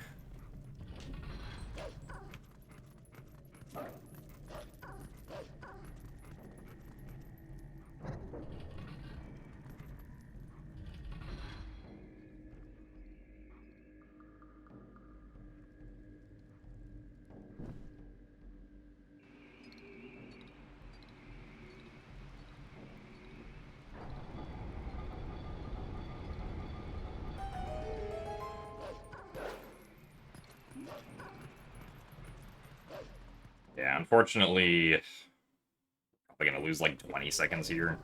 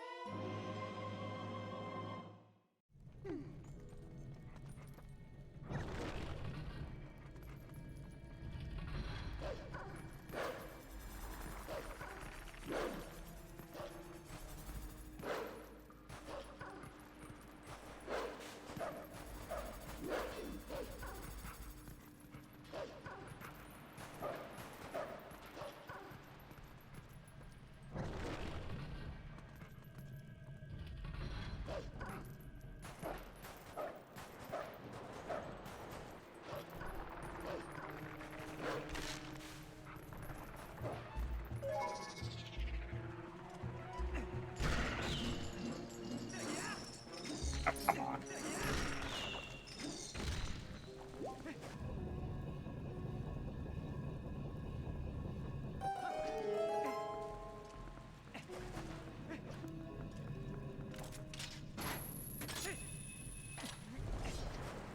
Really, we didn't get a jump there.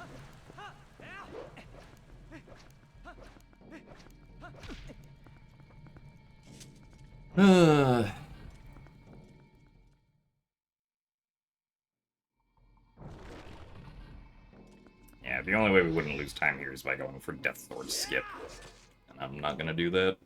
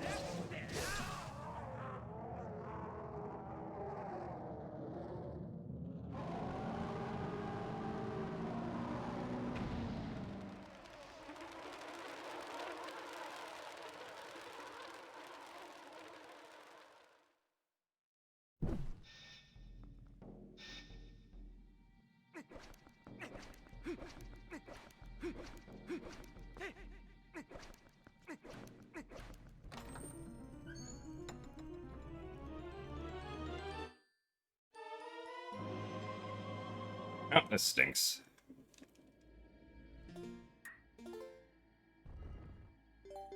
Especially because the mistake we made could have been very easily avoided.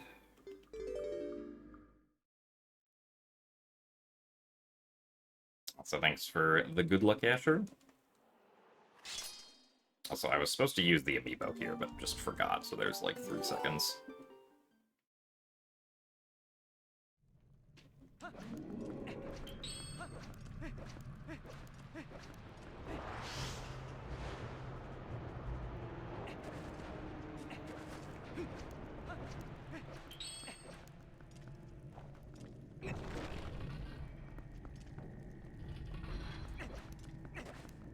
Thanks for the good luck too, Brandino.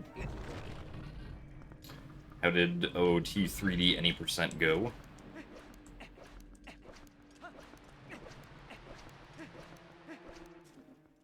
Stout skip to save 2 minutes. I don't even know if Stallard skip was possible, if it would be worth it.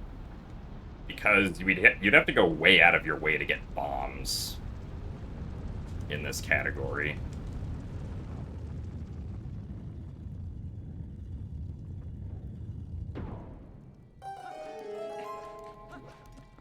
And, like, obviously, if it breaks even, you're not gonna do Stallard skip.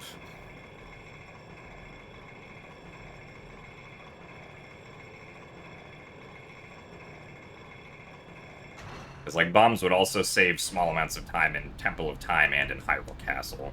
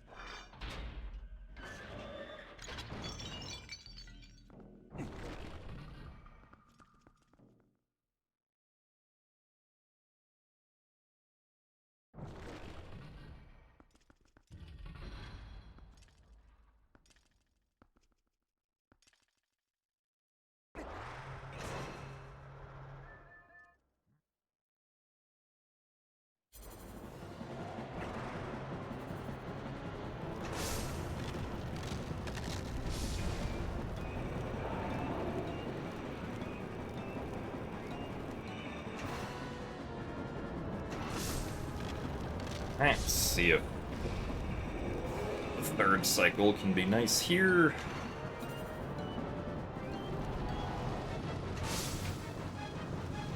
Okay. It was a little iffy, but we got it.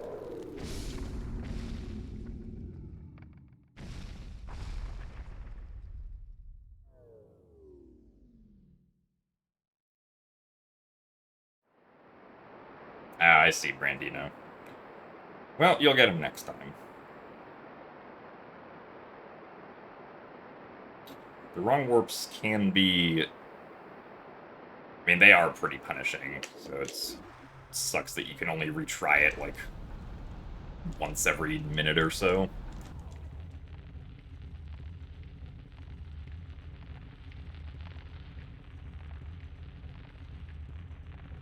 Oh, and having to do Deku Seamwalk every time, yeah. I forgot that's what the strat actually is.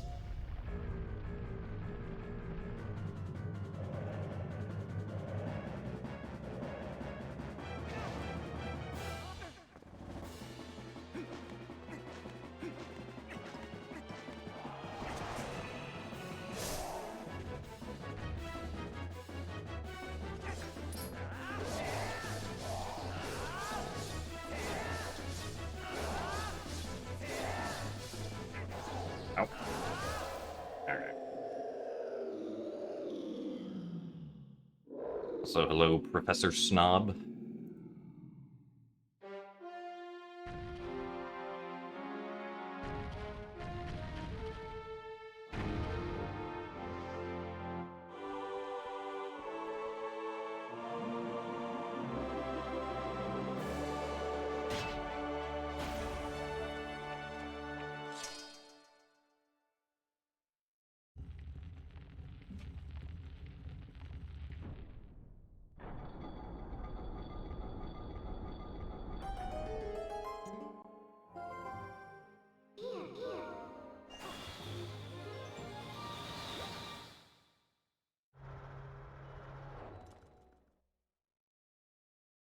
Oh, right, we lost 3 seconds because of forgetting to use Amiibo.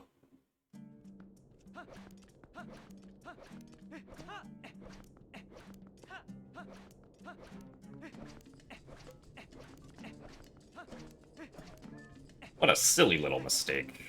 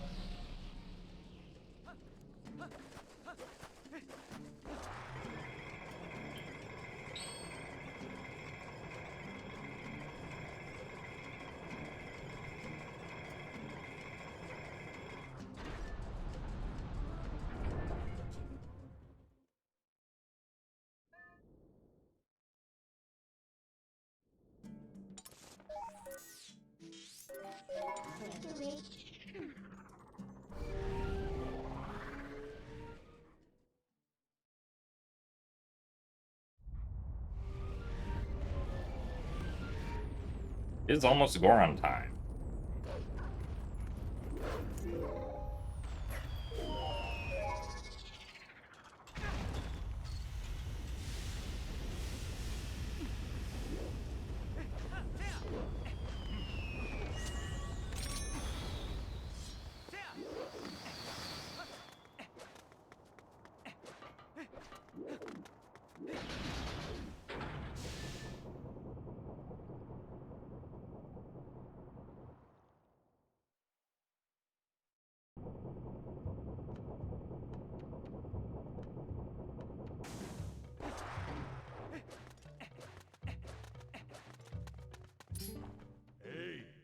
Enough.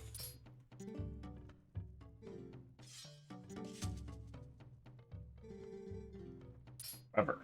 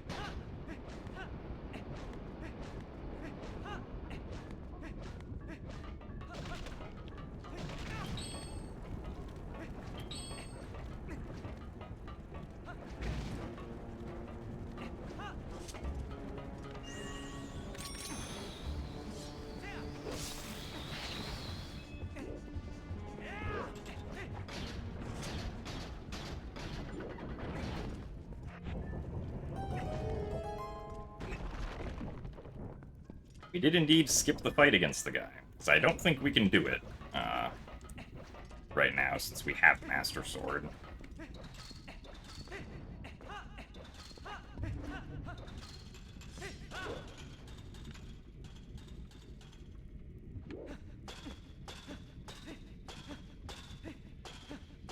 Come on, there we go.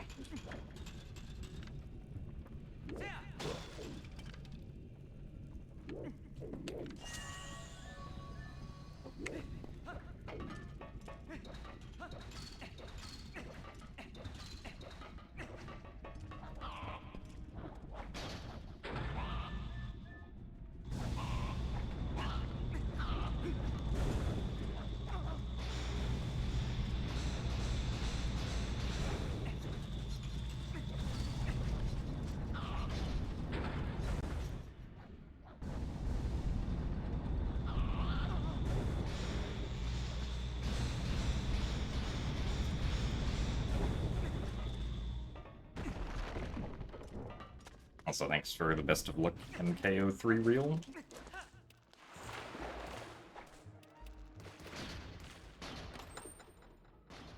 Yeah, that skip is pretty neat. Skips what is definitely the most boring part of Goron Mines.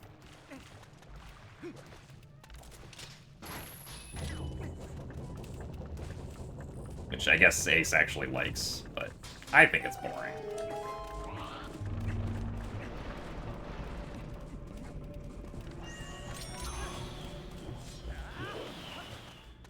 Do you yearn for the magnet ceiling, Ace?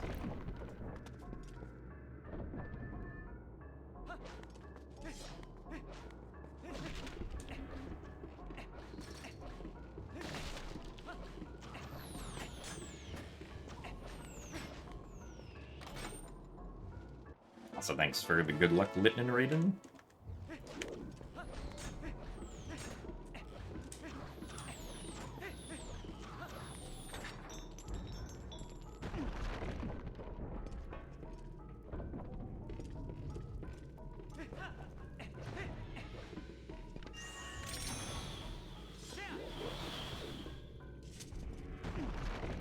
TP's going alright. This run was, like, really good up through, Ball and chain. We kind of lost some time on the splits after that, but still ahead, obviously.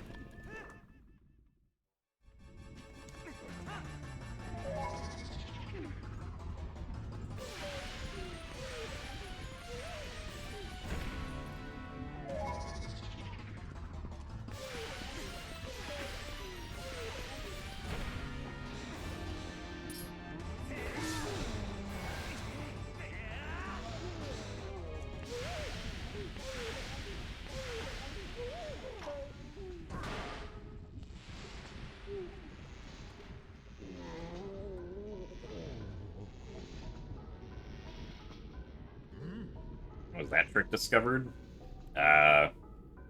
Like, near when the game came out, I'm pretty sure.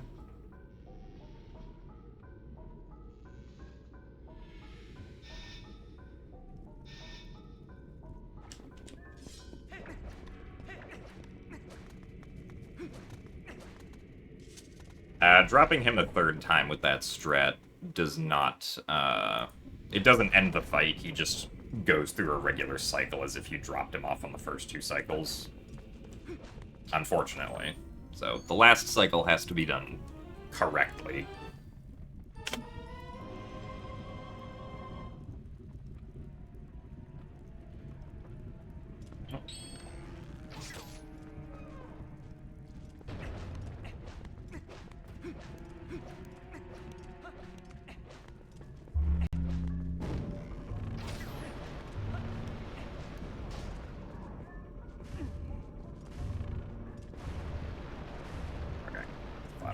Maybe gonna get hit by the lava there.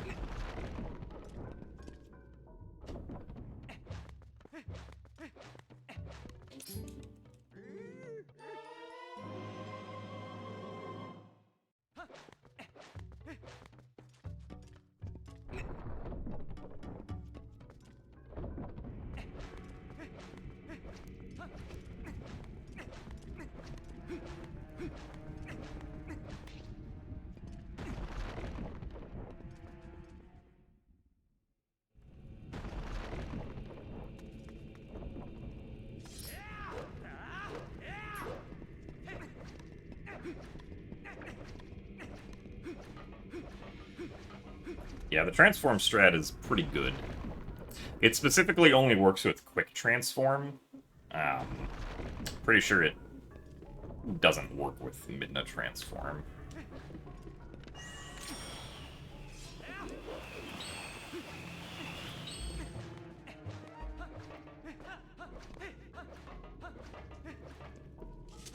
Oh, really?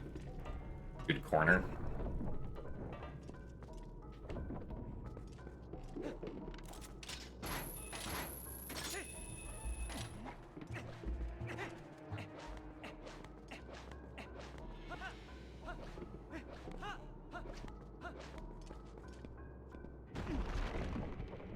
Yeah, pretty much the floor doesn't get frozen when you quick transform, but the mini-boss does get frozen, so if the floor tips above where the mini-boss is, or at least above the mini-boss's feet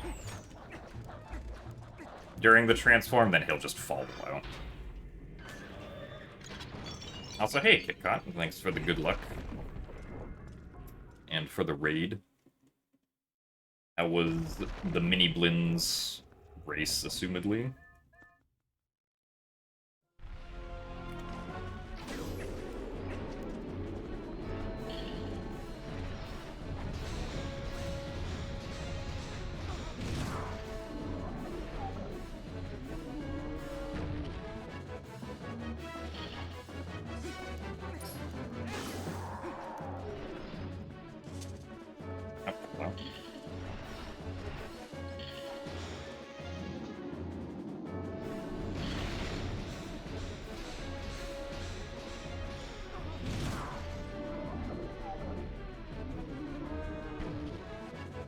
Ah, nice. Glad it went well.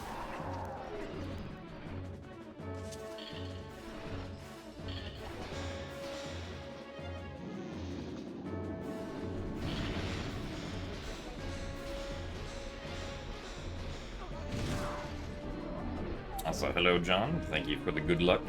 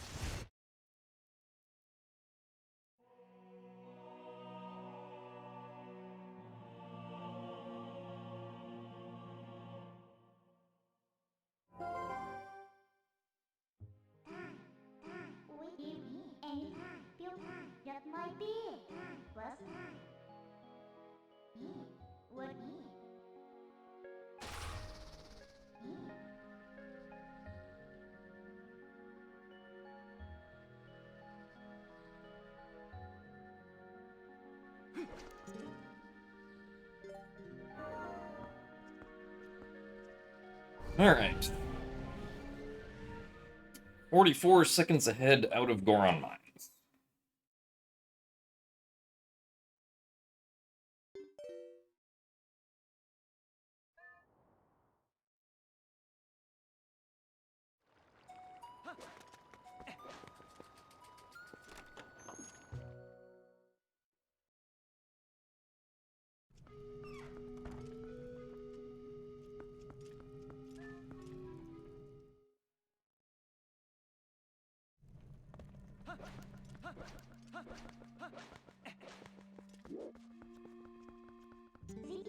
Ah, that might have been too much.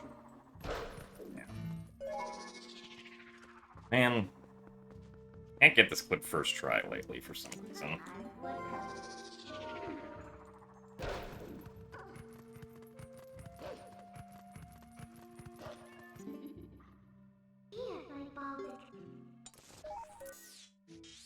No.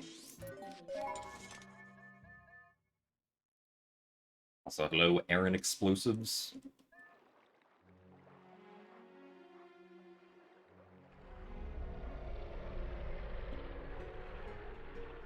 How go the explosions?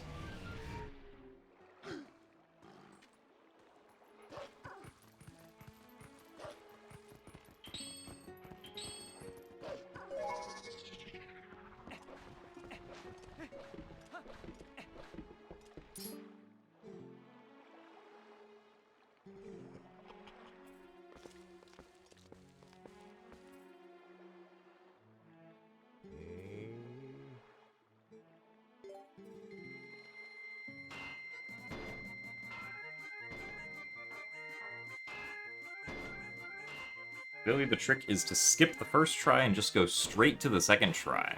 Ah, yes. That's some high-level thinking right there.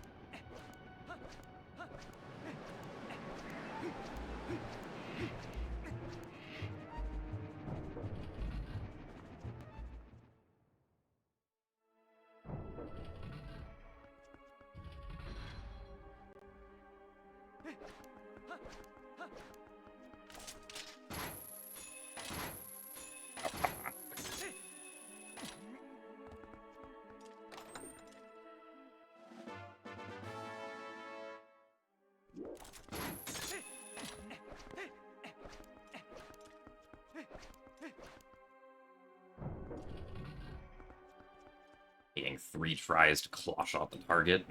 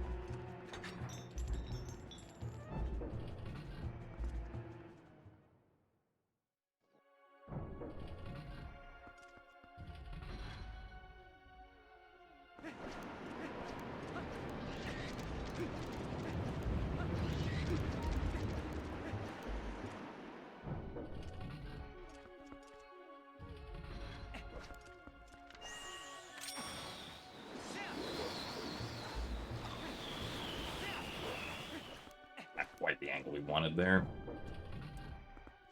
But that's fine.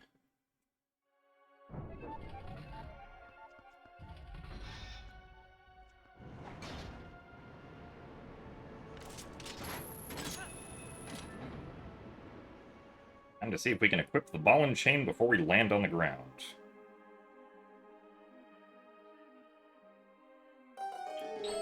Alright, nice.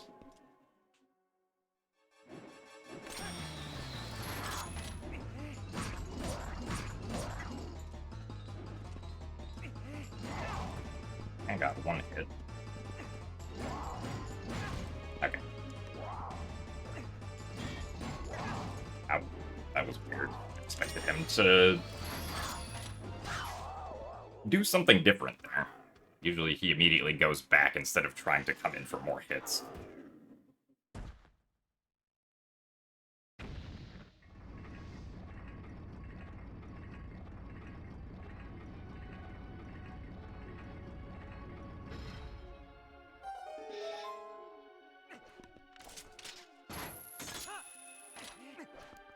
So, saving time, but not as much as I hoped we would have.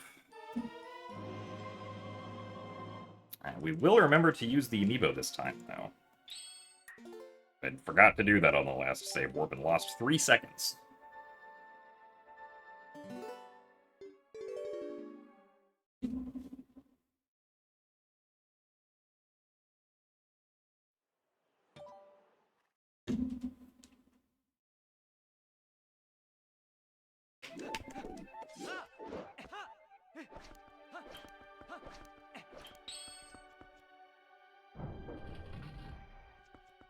Need to remember to equip iron boots here, ideally.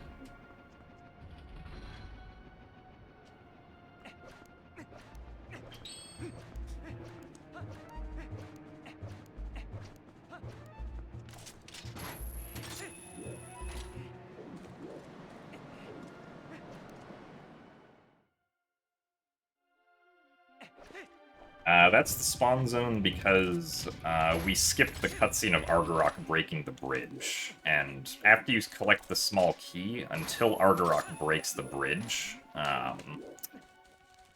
the game doesn't want you save warping to the beginning of the dungeon, because then you could easily skip the cutscene where Argarok breaks the bridge.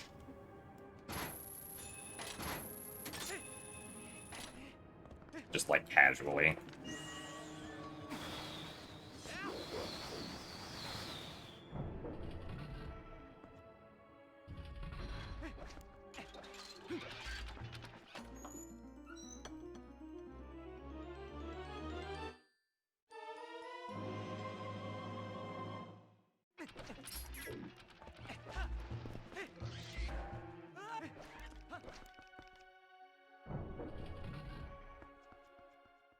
Yes, we did already go past the Lakebed Temple gate that was in this dungeon. Or after the gate that was unloaded, that's also in this dungeon. It happens before we get the double claw shot.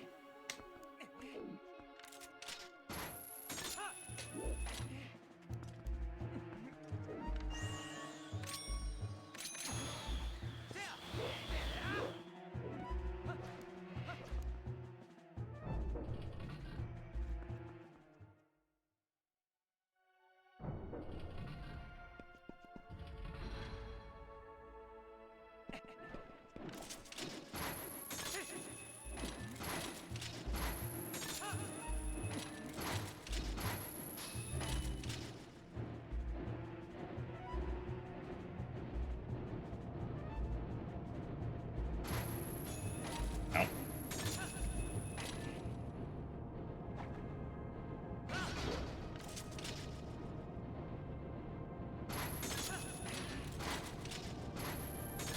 Okay.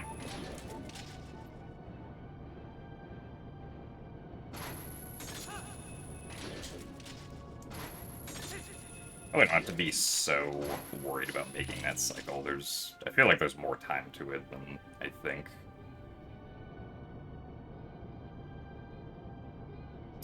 The big reasons that this run is slower than GameCube are that it doesn't have early Master Sword, and it doesn't have the Temple of Time door skip at the bottom to skip leading the statue all the way back down. As early Master Sword is like at least 15 minutes, and then oh.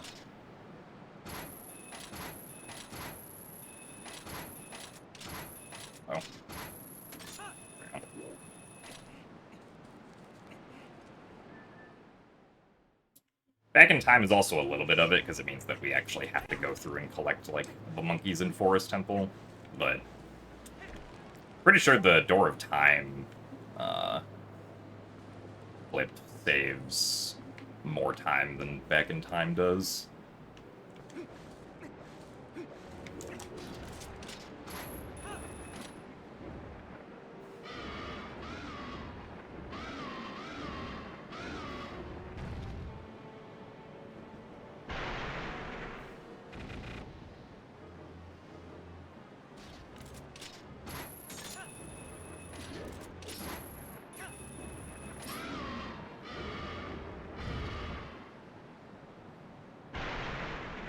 Because, yeah, Door of Time skip is like 5 minutes. And then there's also, like, Stallard skip as well.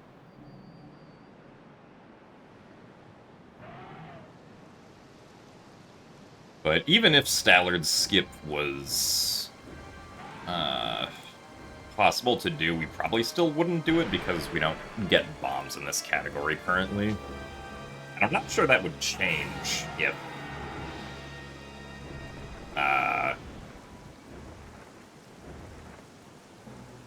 even if we had EMS.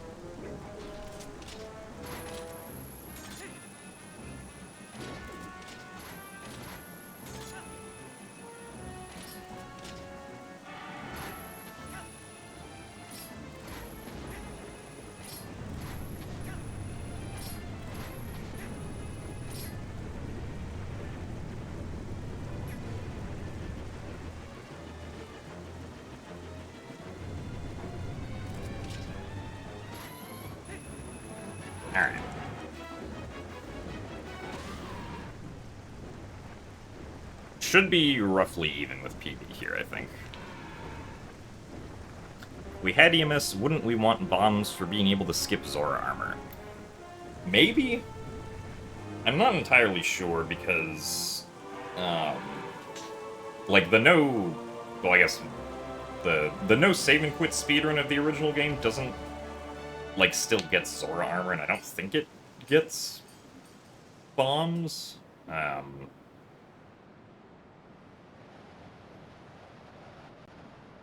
Because to do, to be able to, like, get the claw shot without Zora armor would,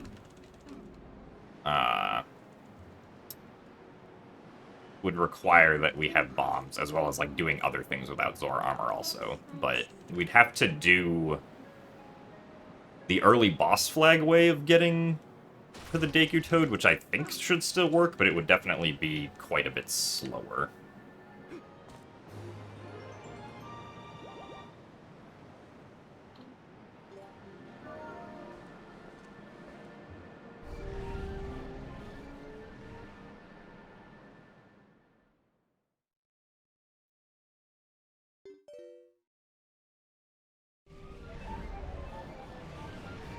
So yeah, the reason we lost those few seconds is because it took us, like, multiple tries to do the claw shot up to the Argarok fight.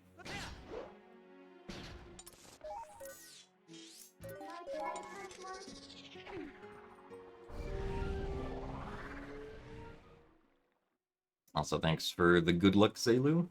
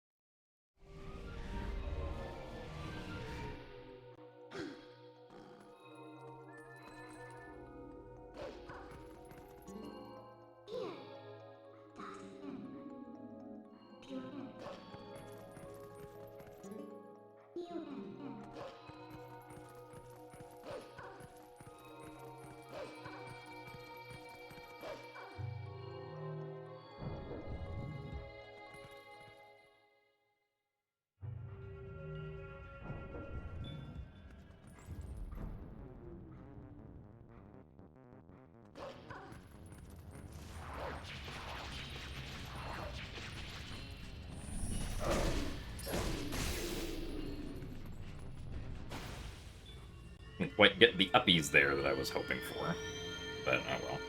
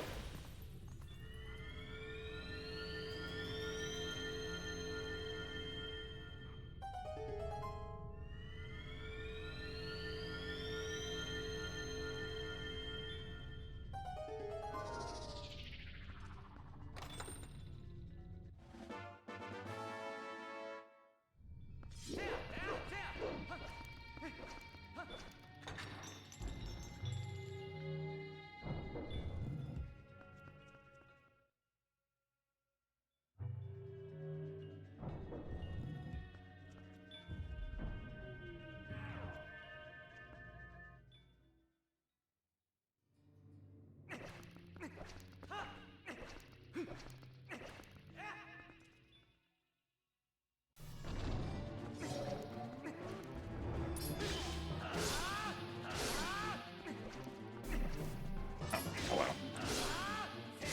Thanks for the convenient center spawn.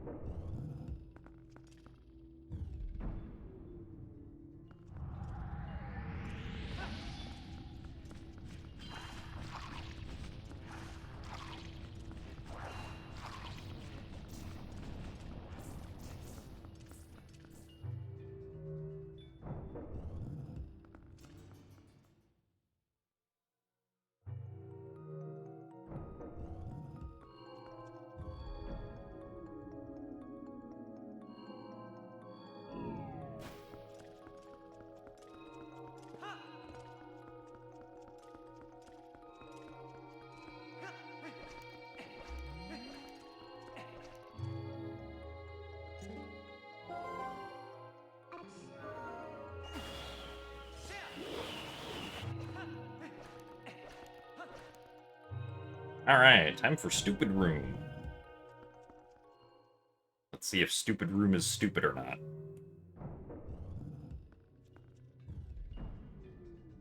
Or rather, specifically if the Zanhead decides to spawn a stupid spot.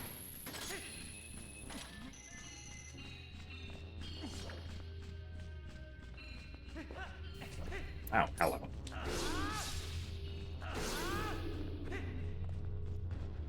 We'll be safe with this.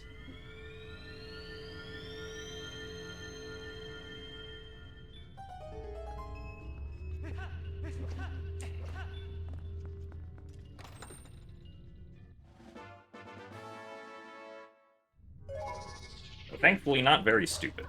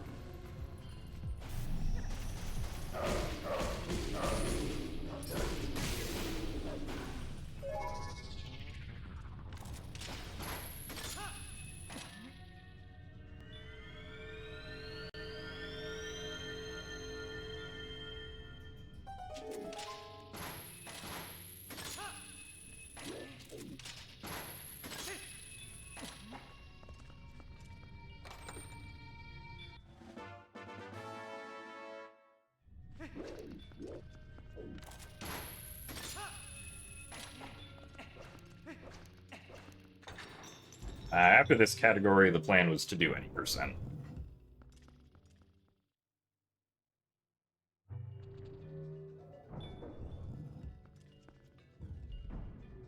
I can definitely improve my any percent time by like a minute or two.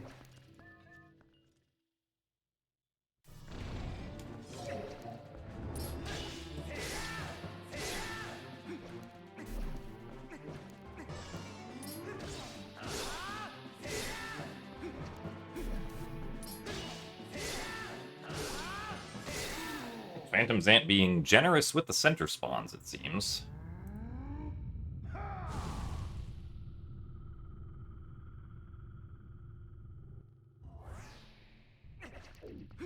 Any percent is able to skip a few of the dungeons. Like, any percent never enters Temple of Time or Goron Mines, and also doesn't complete Snowpeak.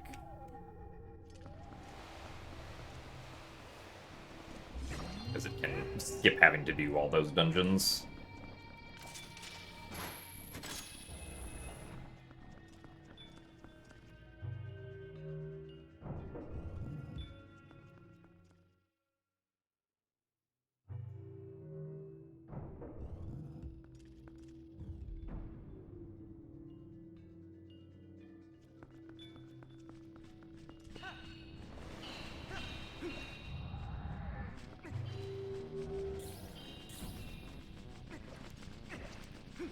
It beats Forest because otherwise Wolf Link does not have a way of getting to Kakariko Village when we start Elven Twilight without being able to warp the bridge over.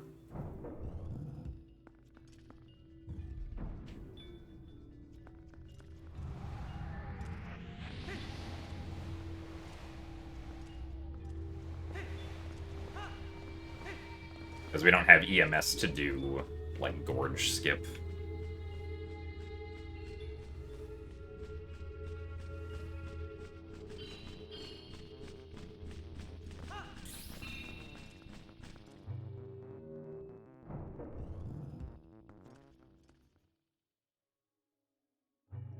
And there's no way of, like, being able to do, or, like, get the Kakariko portal early somehow.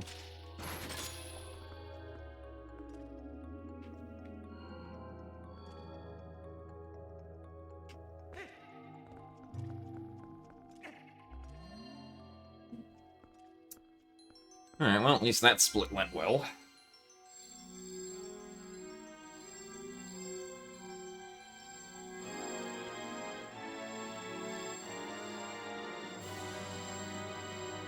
Probably credited in part to the nice Phantom Zant RNG.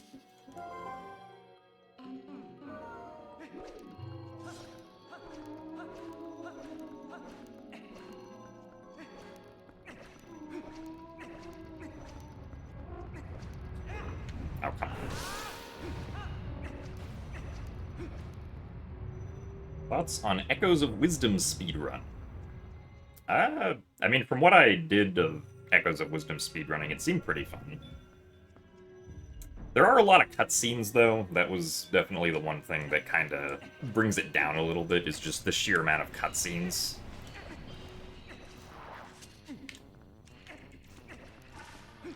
Oh, nice.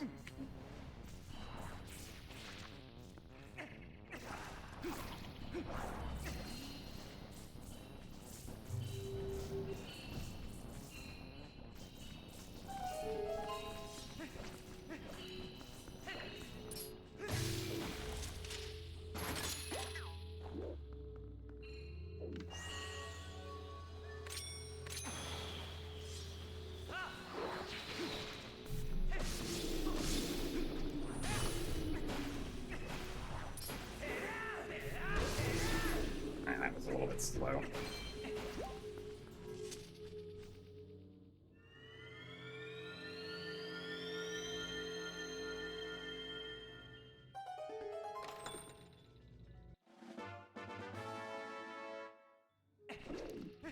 Yeah, I mean, with our current knowledge, there doesn't seem to be a viable way of doing castle escape, but that doesn't mean that there never will be.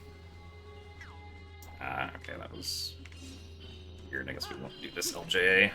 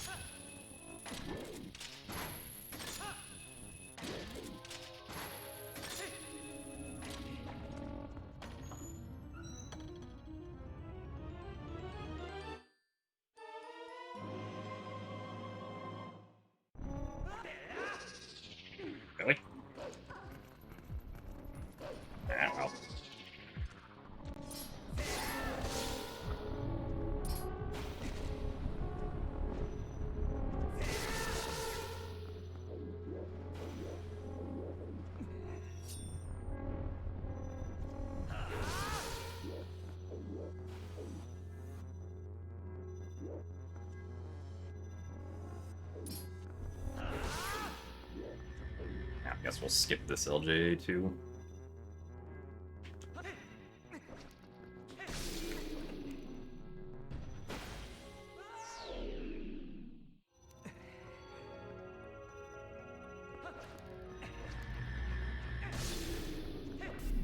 Really?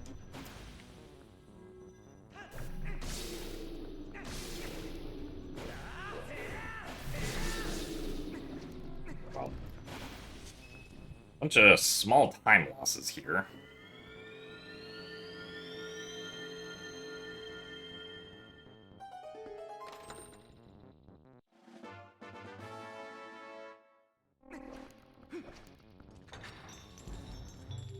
Also, thank you very much, Roan, for the 6 months of Prime.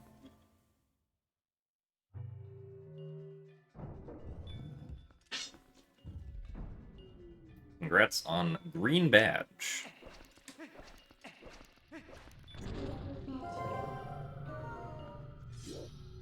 That was almost too early.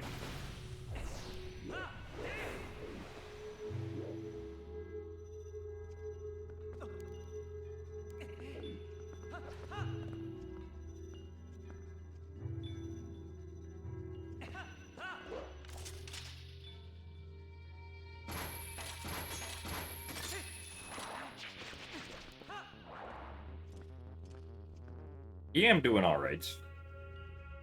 This run is,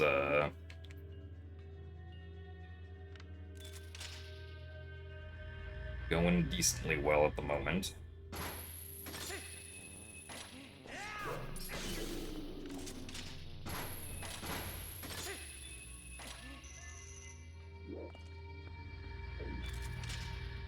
Oh, yeah, no, Echoes of Wisdom, not Metroid Prime 2 Echoes.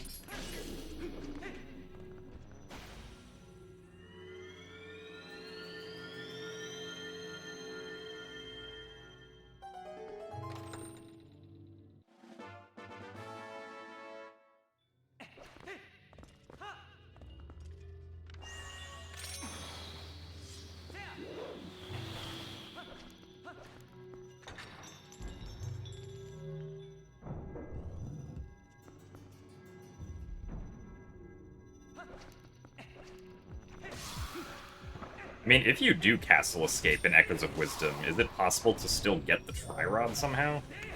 Without, like, going through that sequence?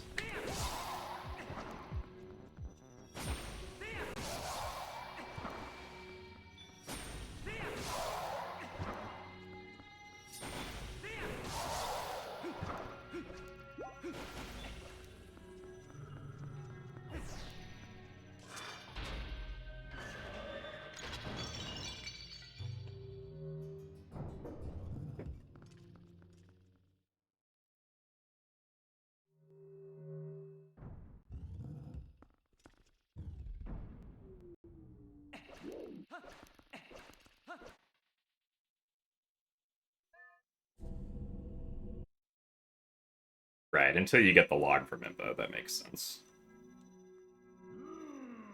That still requires going through that really long cutscene sequence, though, which kind of sucks.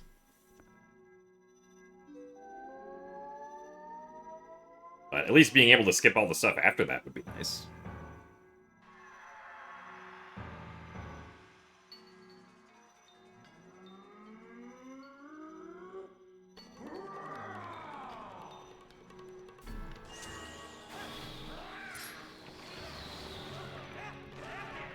Oh, come on. Nice bounce RNG.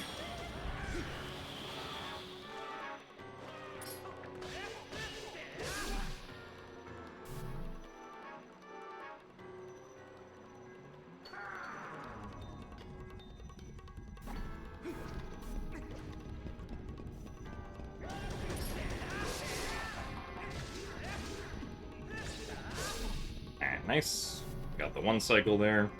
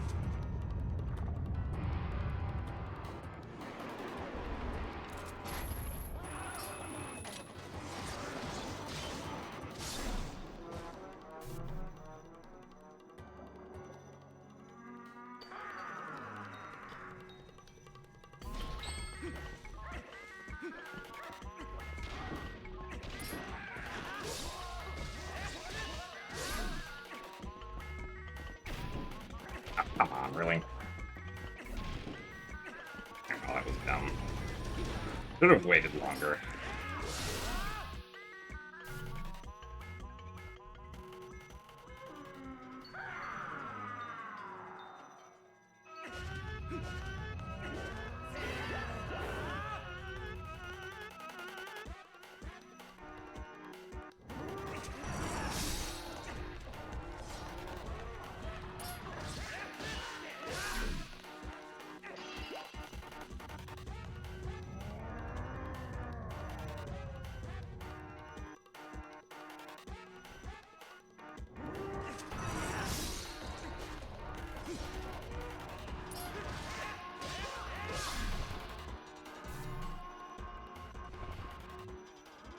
Temple of Time was the last dungeon because for this route, Temple of Time and Palace of Twilight are kind of interchangeable. But, actually, let me fight Zan first before I continue the explanation. Or...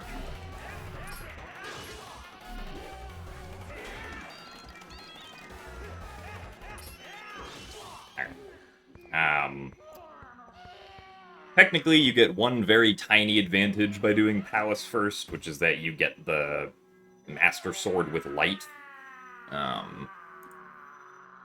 And the Master Sword with Light technically allows you to kill the Shadow Beasts that you have to kill on the way to Temple of Time with just a single sword slash.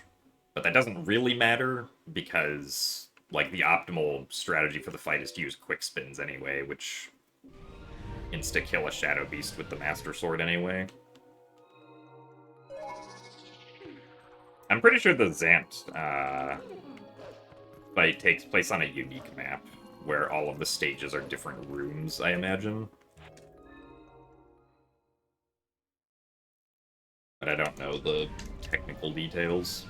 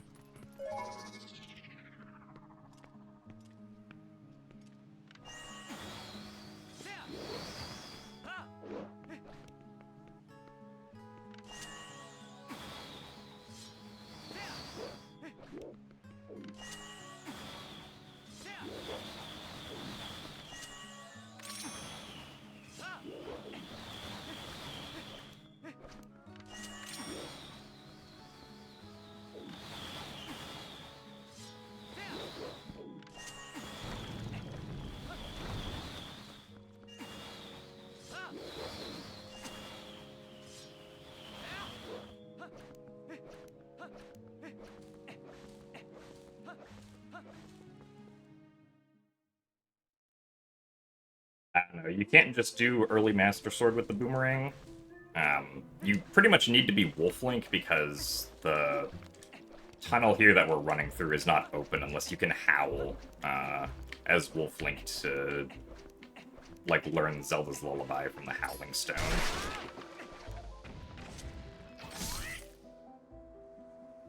You also can't get to the Sacred Grove, because if you try to just, like, get the Gale Boomerang and then go to the Sacred Grove, the way that we just did right now, the bridges are not there for you to land on and make your way over.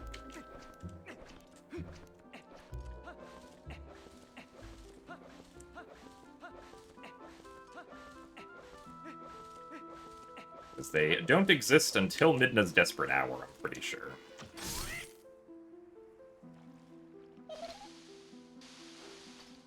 So, to really, like, do an effective version of Early Master Sword, you'll have to somehow be able to get to the Sacred Grove as Wolf Link, right?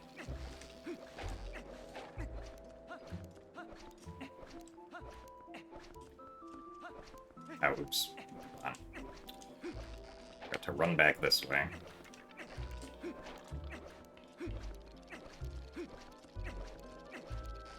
Silly mistake to make.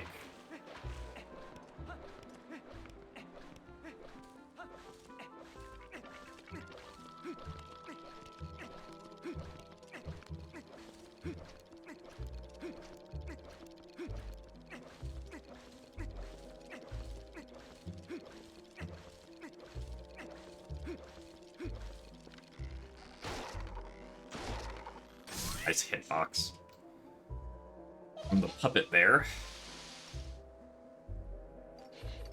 So early Master Sword was patched in 2 different ways. For early Master Sword to at least be RTA viable in the original game, the Shadow Beast that we do the Midna super jump off of has to give us a slow swing, which, really? I guess we're not targeting Skull Kid. And the puppets are gonna make us not be able to save time here. It's like... And then the second way that they patched EMS is that they put up invisible walls, like additional invisible walls, around the North Farron Woods area. So that even if you were able to do the EMS super jump, you wouldn't be able to stay out of bounds at all.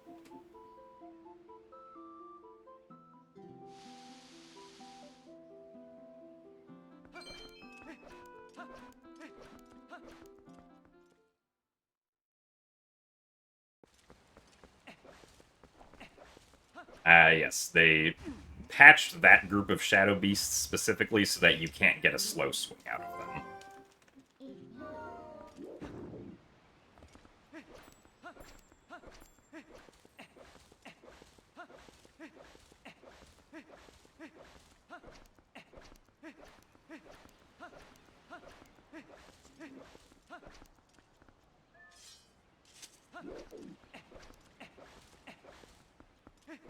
Like, they very specifically made changes to prevent people from doing early Master Sword. Also, thanks for the good luck, Pizza Gamer.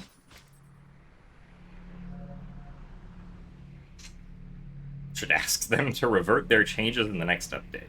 Oh, yeah. Also, why was my sword not out? Oh, well.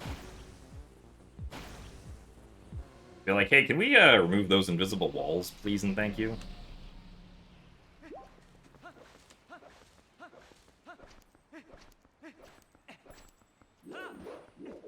Also, make the Shadow Beast do slow attacks again.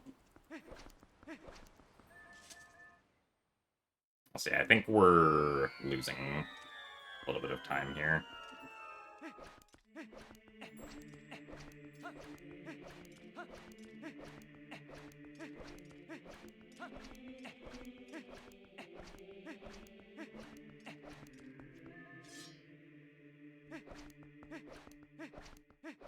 Instead of the puppets trying to interrupt me hitting Skull Kid.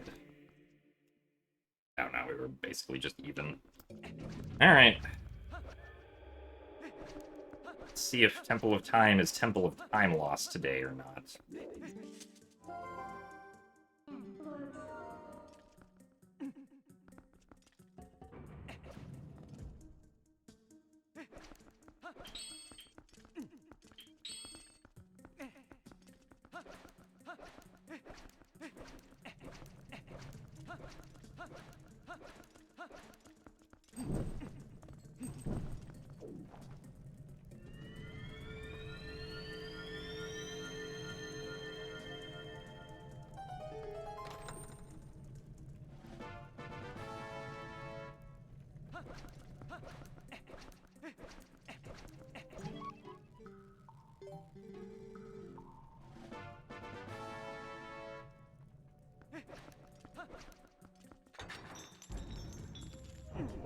We also will get to see if the Lizalfos are kind or not.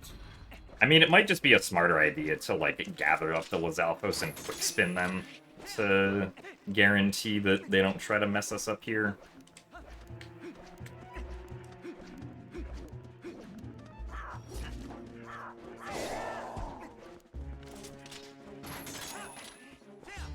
Really, that didn't work.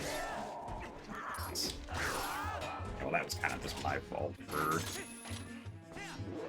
I see that. And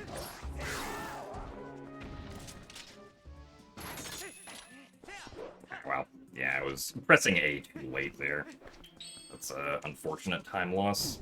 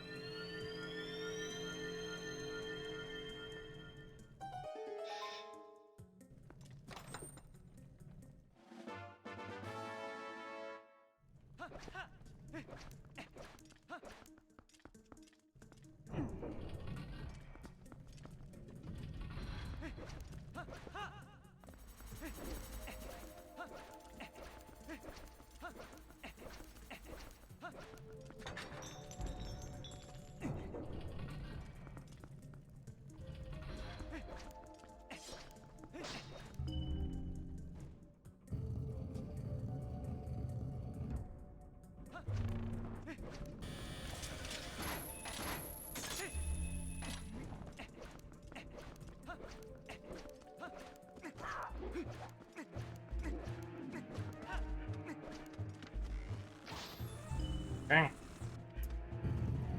First shot good.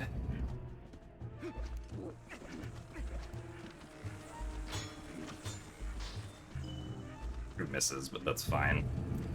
We are in a bit of an awkward space here, though. Okay. Alright.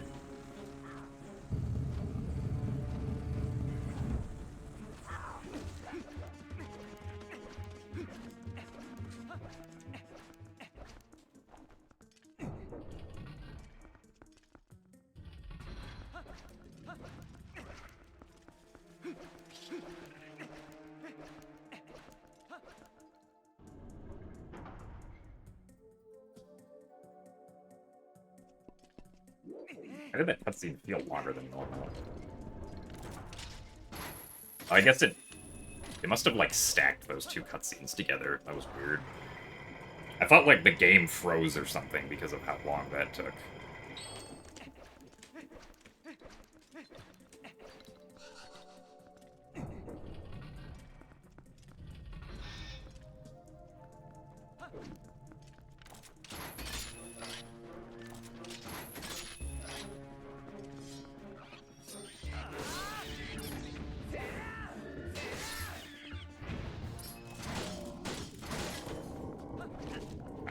I'd like to go away from the arms, please.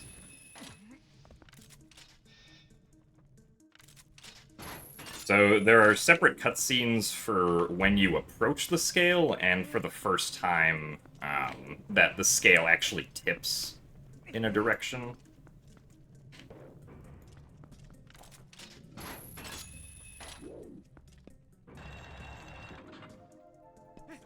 Nice. Oh, I love when Helmasaur helmet just bounces away. No. Really? Come on. We're already losing time. We don't need to watch the same cutscene 3 times.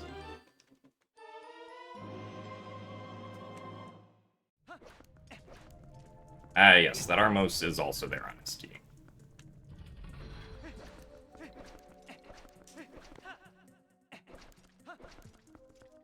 No, it doesn't save any time when the cutscenes are stacked.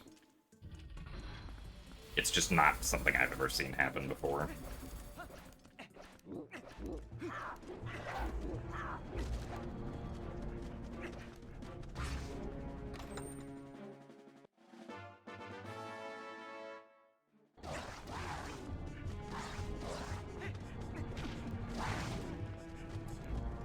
Uh,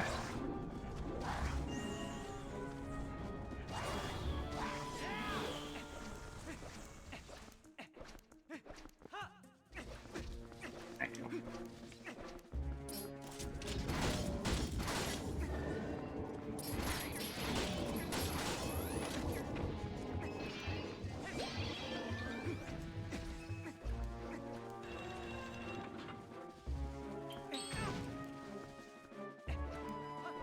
We're losing at least like 15 seconds here.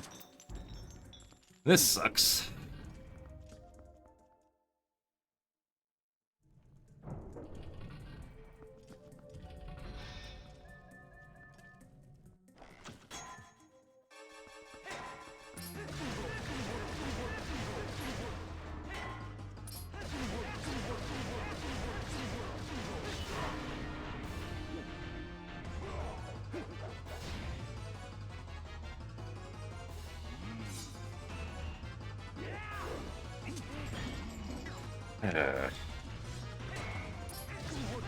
Strat never works in runs. I think probably because I'm holding too far right and not enough down, if I had to guess.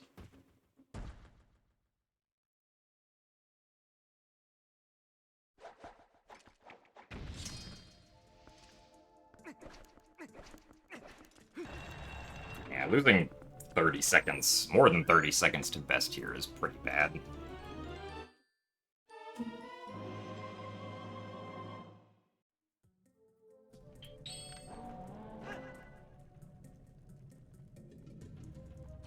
I guess it's Temple of Time Lost today.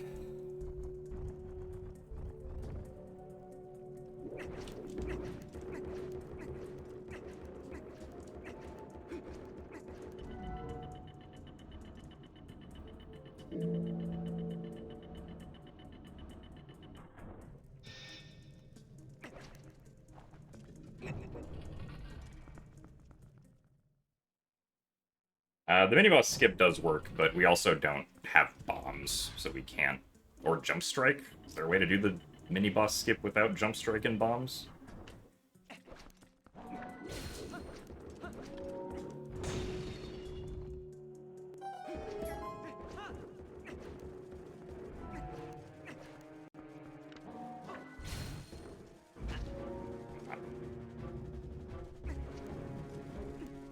Just jump attack really, really hard. Ah, of course.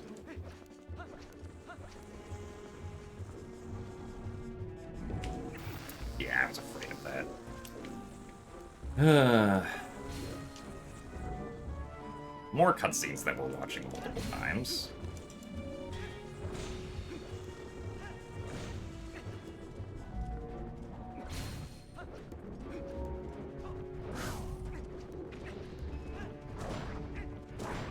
Really?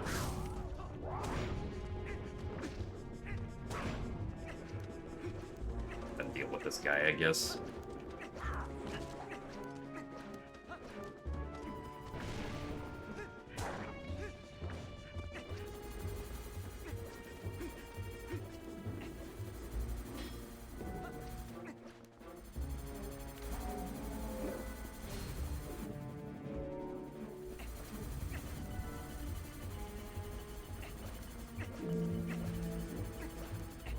Yeah, I don't think the Dark Nut can get close enough to where he would be able to hit you to be able to do the mini-boss skip.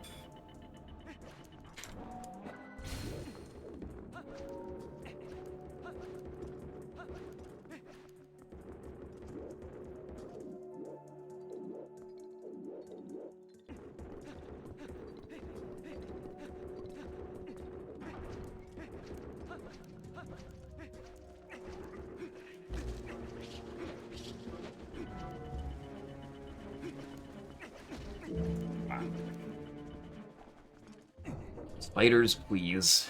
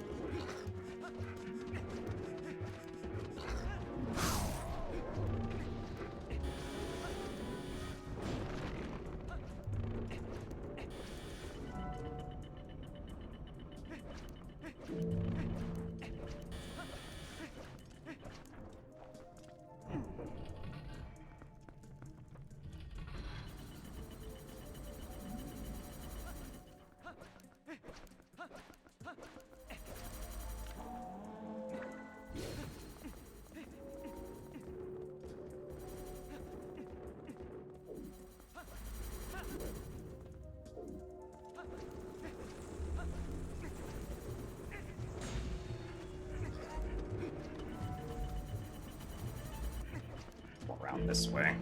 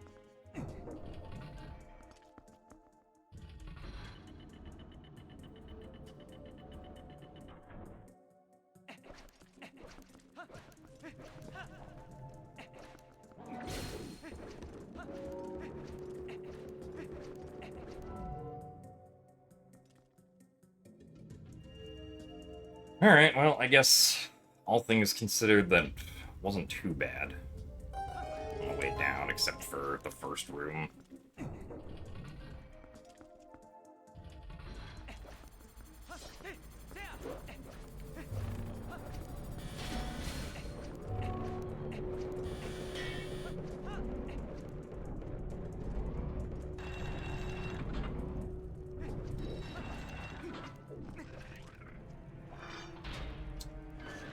The RNG is good, we should be saving time here. I guess if the RNG is all right, we should be saving time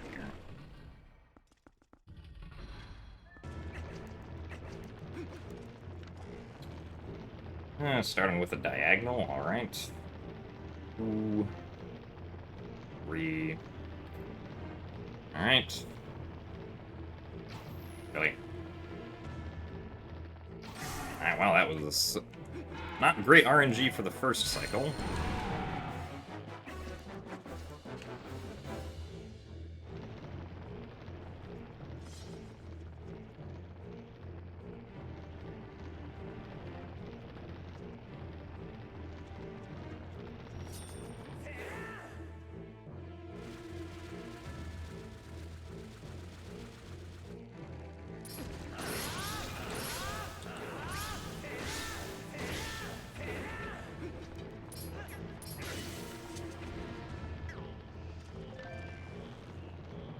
Really? Man, this RNG is definitely something.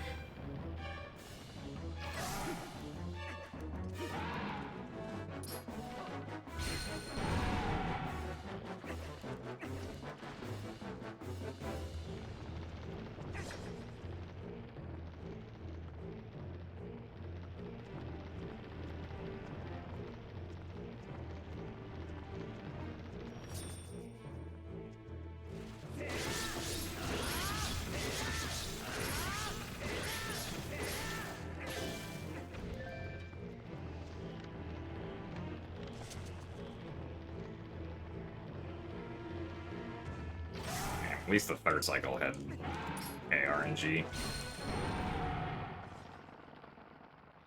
I actually don't know if we're saving time here now or not.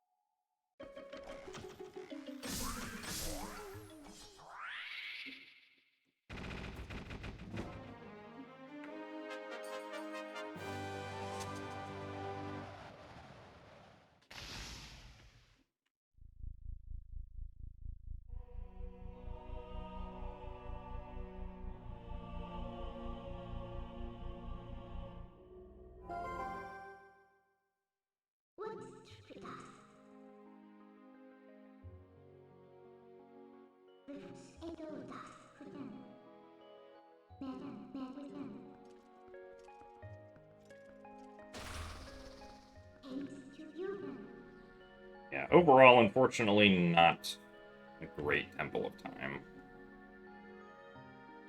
Both because of execution and RNG reasons.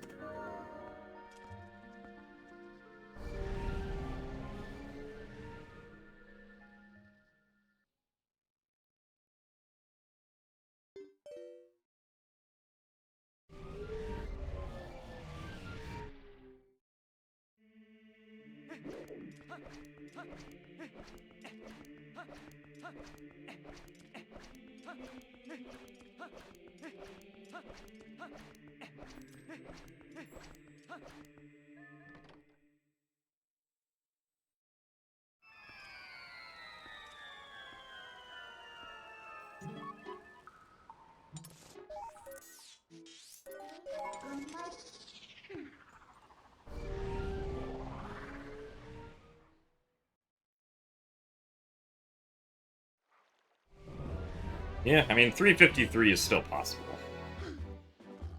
See how the last two splits go.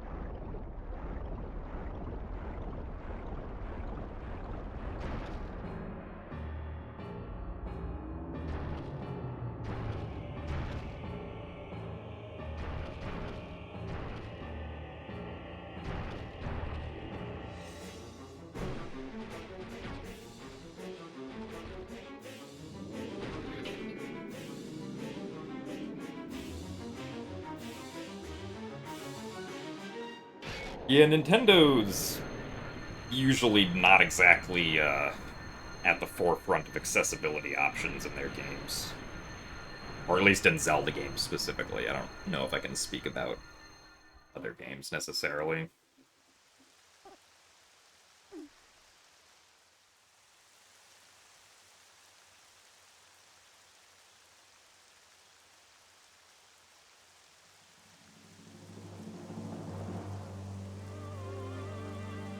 Zelda was 9 cycles in PB, I think.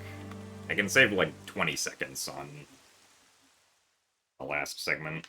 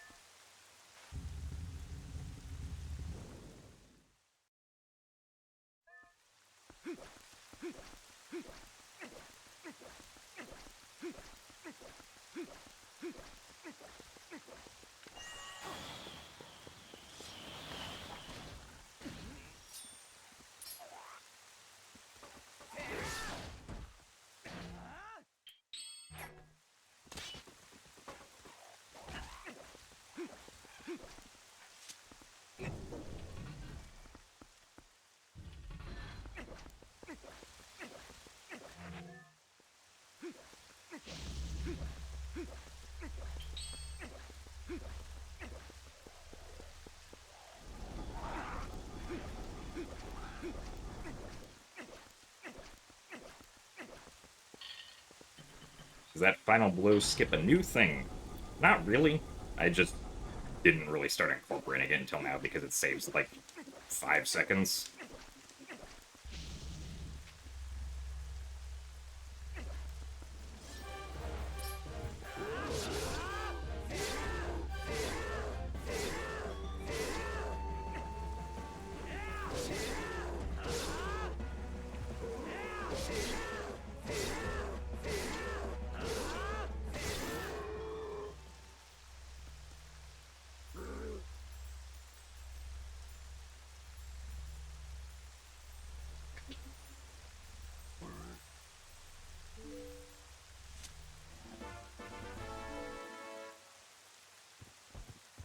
Yeah, I mean, the only game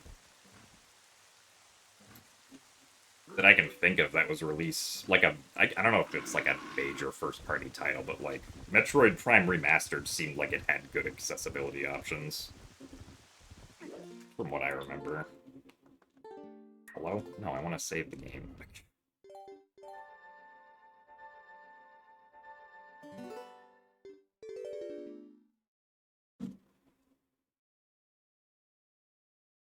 Yeah, ZSR is still used by some communities. Like the Twilight Princess and Skyward Sword communities still use it quite a bit. I think Echoes of Wisdom also uses it a fair bunch.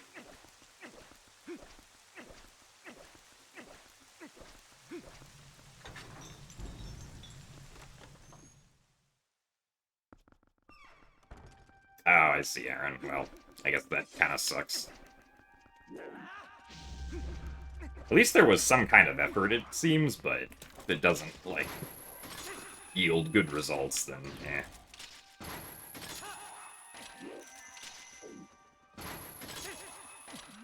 Or if it doesn't make a difference to someone who's actually colorblind, then eh.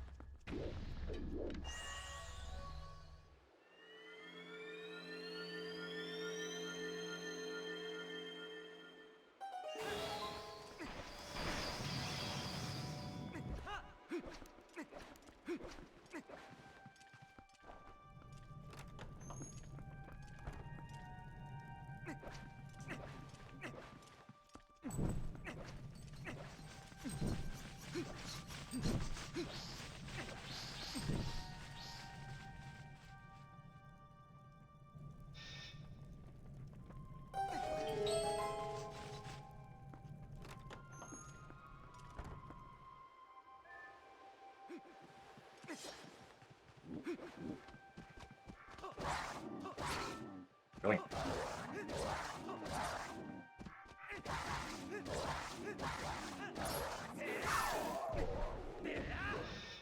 It's a little bleh.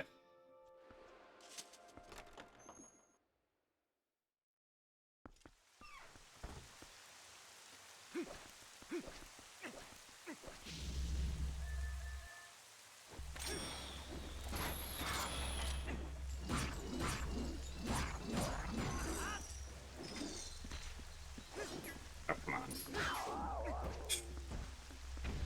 Weird direction that ball and chain got thrown there.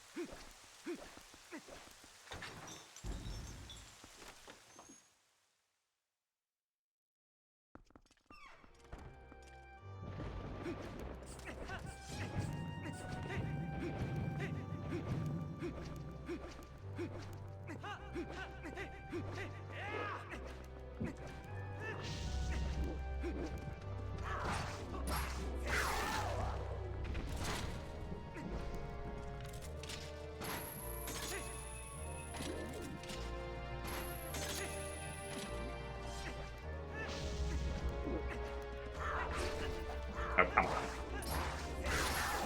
Go away, please.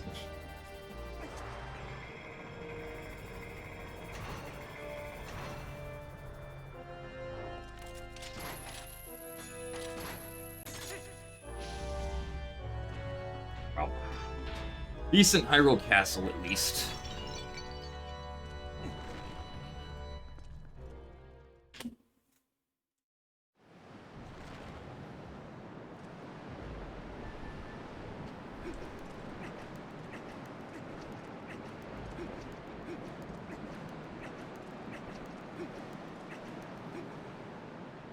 Alright, now we see how much time Zelda's going to take. This is my favorite part of the run.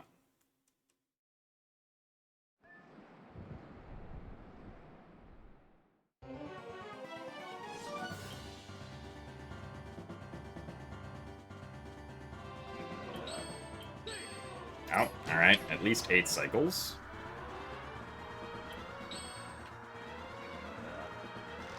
Okay. On track for 8 cycles.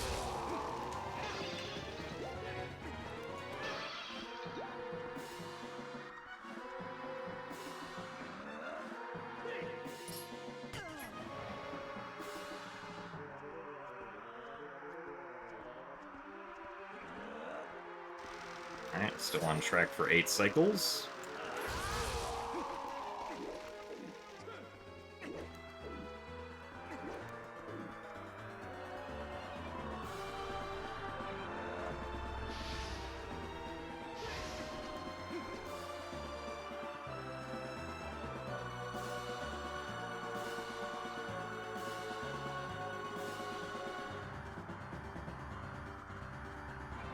That cycle took forever.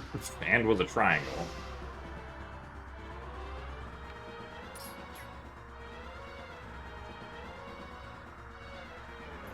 Three triangles, oh boy.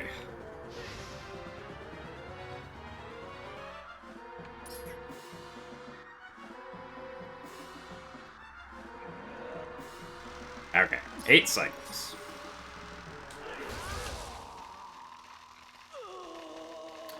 So if the rest of this is good, we should still save, like, 10 seconds here, I think.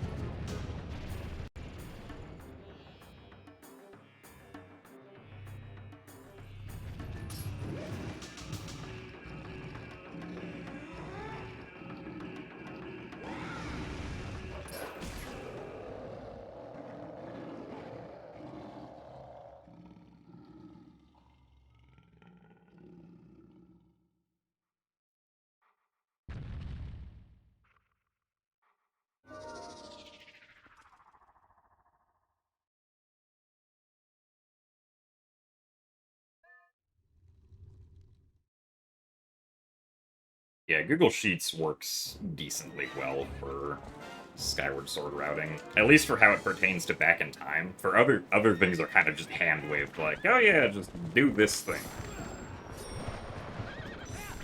Where are you going, my guy? Why did the opponent not turn left there? I am confused. Well, this stinks.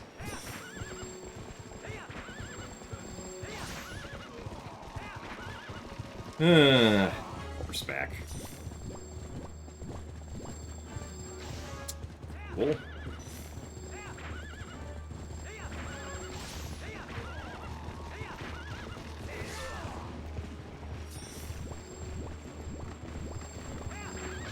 I was expecting him to somehow try to fake it to, like, the left somehow.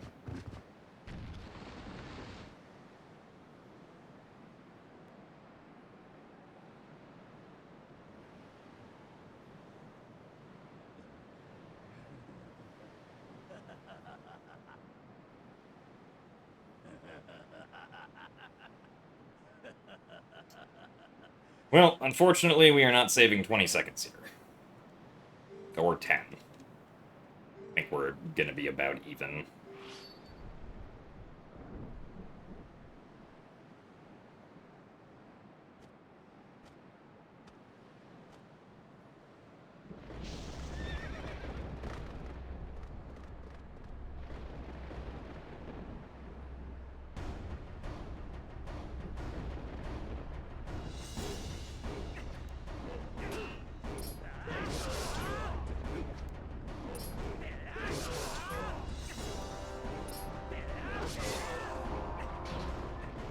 Oh, no, we still saved about 8 seconds.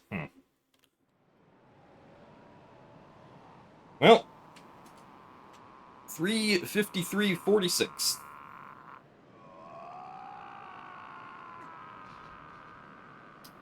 Thank you guys all for the GGs. And thank you very much, Joshi, for the 100 bits.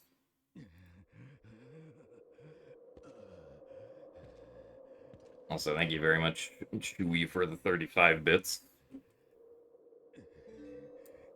But, yeah. Now, I guess this run wasn't quite, only lose 1 minute compared to some of best per hour, but it's kind of close to that. The beginning of this run was, like, pretty solid. Up through Lakebed Temple, and then our first, like, segment that we actually lost a significant amount of time on compared to best was Master Sword. We compare against bests here, it's like, you know, pretty solid for the most part. Only lost a minute off of best through the first hour and a half of the run.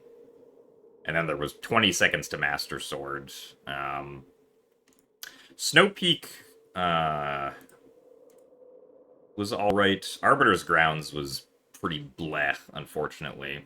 We made a lot of mistakes that really shouldn't happen during, like, getting to and in Arbiter's Grounds. Like, the two big ones were accidentally triggering the Plum cutscene on our way to giving Fire the memo. And then in Arbiter's Grounds, after I got the 4th Poe, I accidentally jumped down into the quicksand when jumping down off the chandelier. Which are... like, I didn't fail any of the hard things, I just... I failed very silly things in those segments. And I lost 3 seconds on Arbiter's Grounds because I forgot to use the amiibo. For the save warp. Goron Mines was good, though. Double Claw Shots was okay. City overall was just kind of okay. Palace of Twilight wasn't too bad. The only thing that we lost some time on were not being able to do some of the, like, LJAs that save a couple seconds in the second half.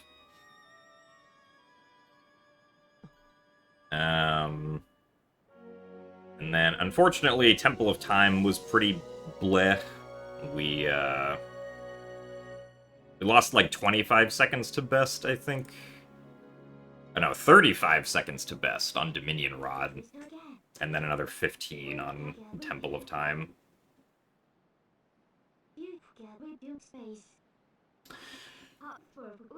So yeah, Temple of Time, not great.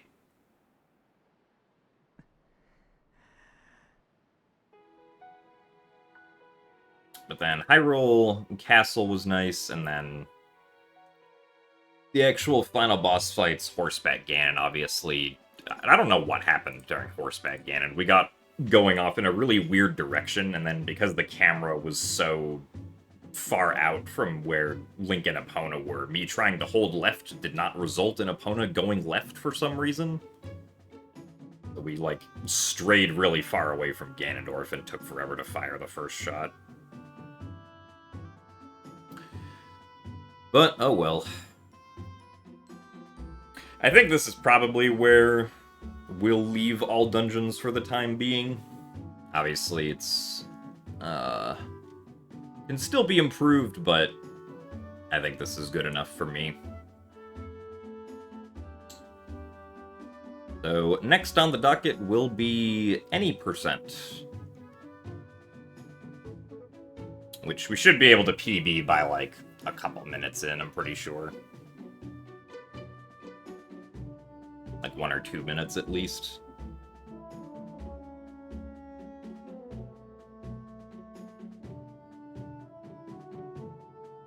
It's true, there will be more Ook. And also the first... what is it? Everything up until Ball and Chain is exactly the same in any percent as it is in all dungeons, except you don't get the small key in the courtyard before Ball and Chain. So, we already are completely de-rusted on the first, like, almost 2/3 of any percent. And then the rest of the any percent stuff is just also done in all dungeons, except you don't do the extra dungeons.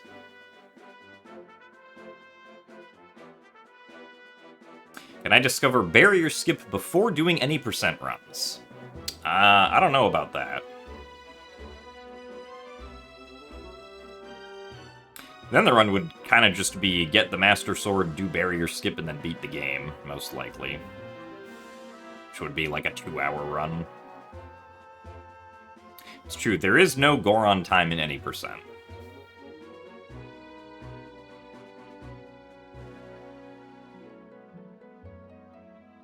I would be very surprised if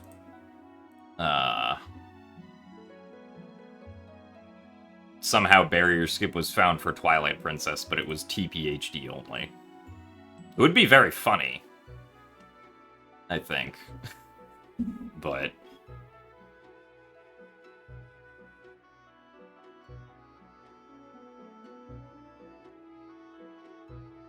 no, there is no item sliding in TPHD.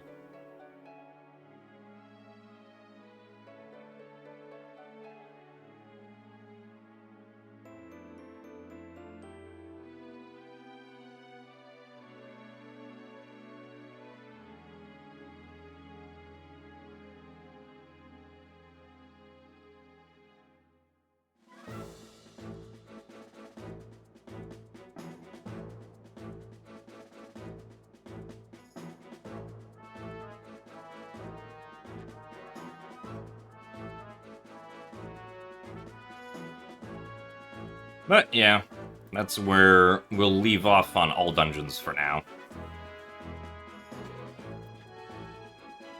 Because especially the start of this run would be pretty brutal to compare against. Considering that our first more than 10-second time... Well, I guess we could save 10 seconds on Iron Boots, but that's just due to bow RNG. But our first actual execution time save that's more than, like, a couple seconds is on Master Sword.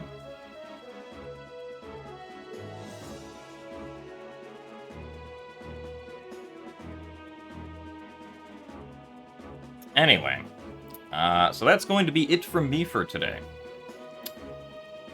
Bokos were pretty good. I was only 3 seconds off of best for my Bokos.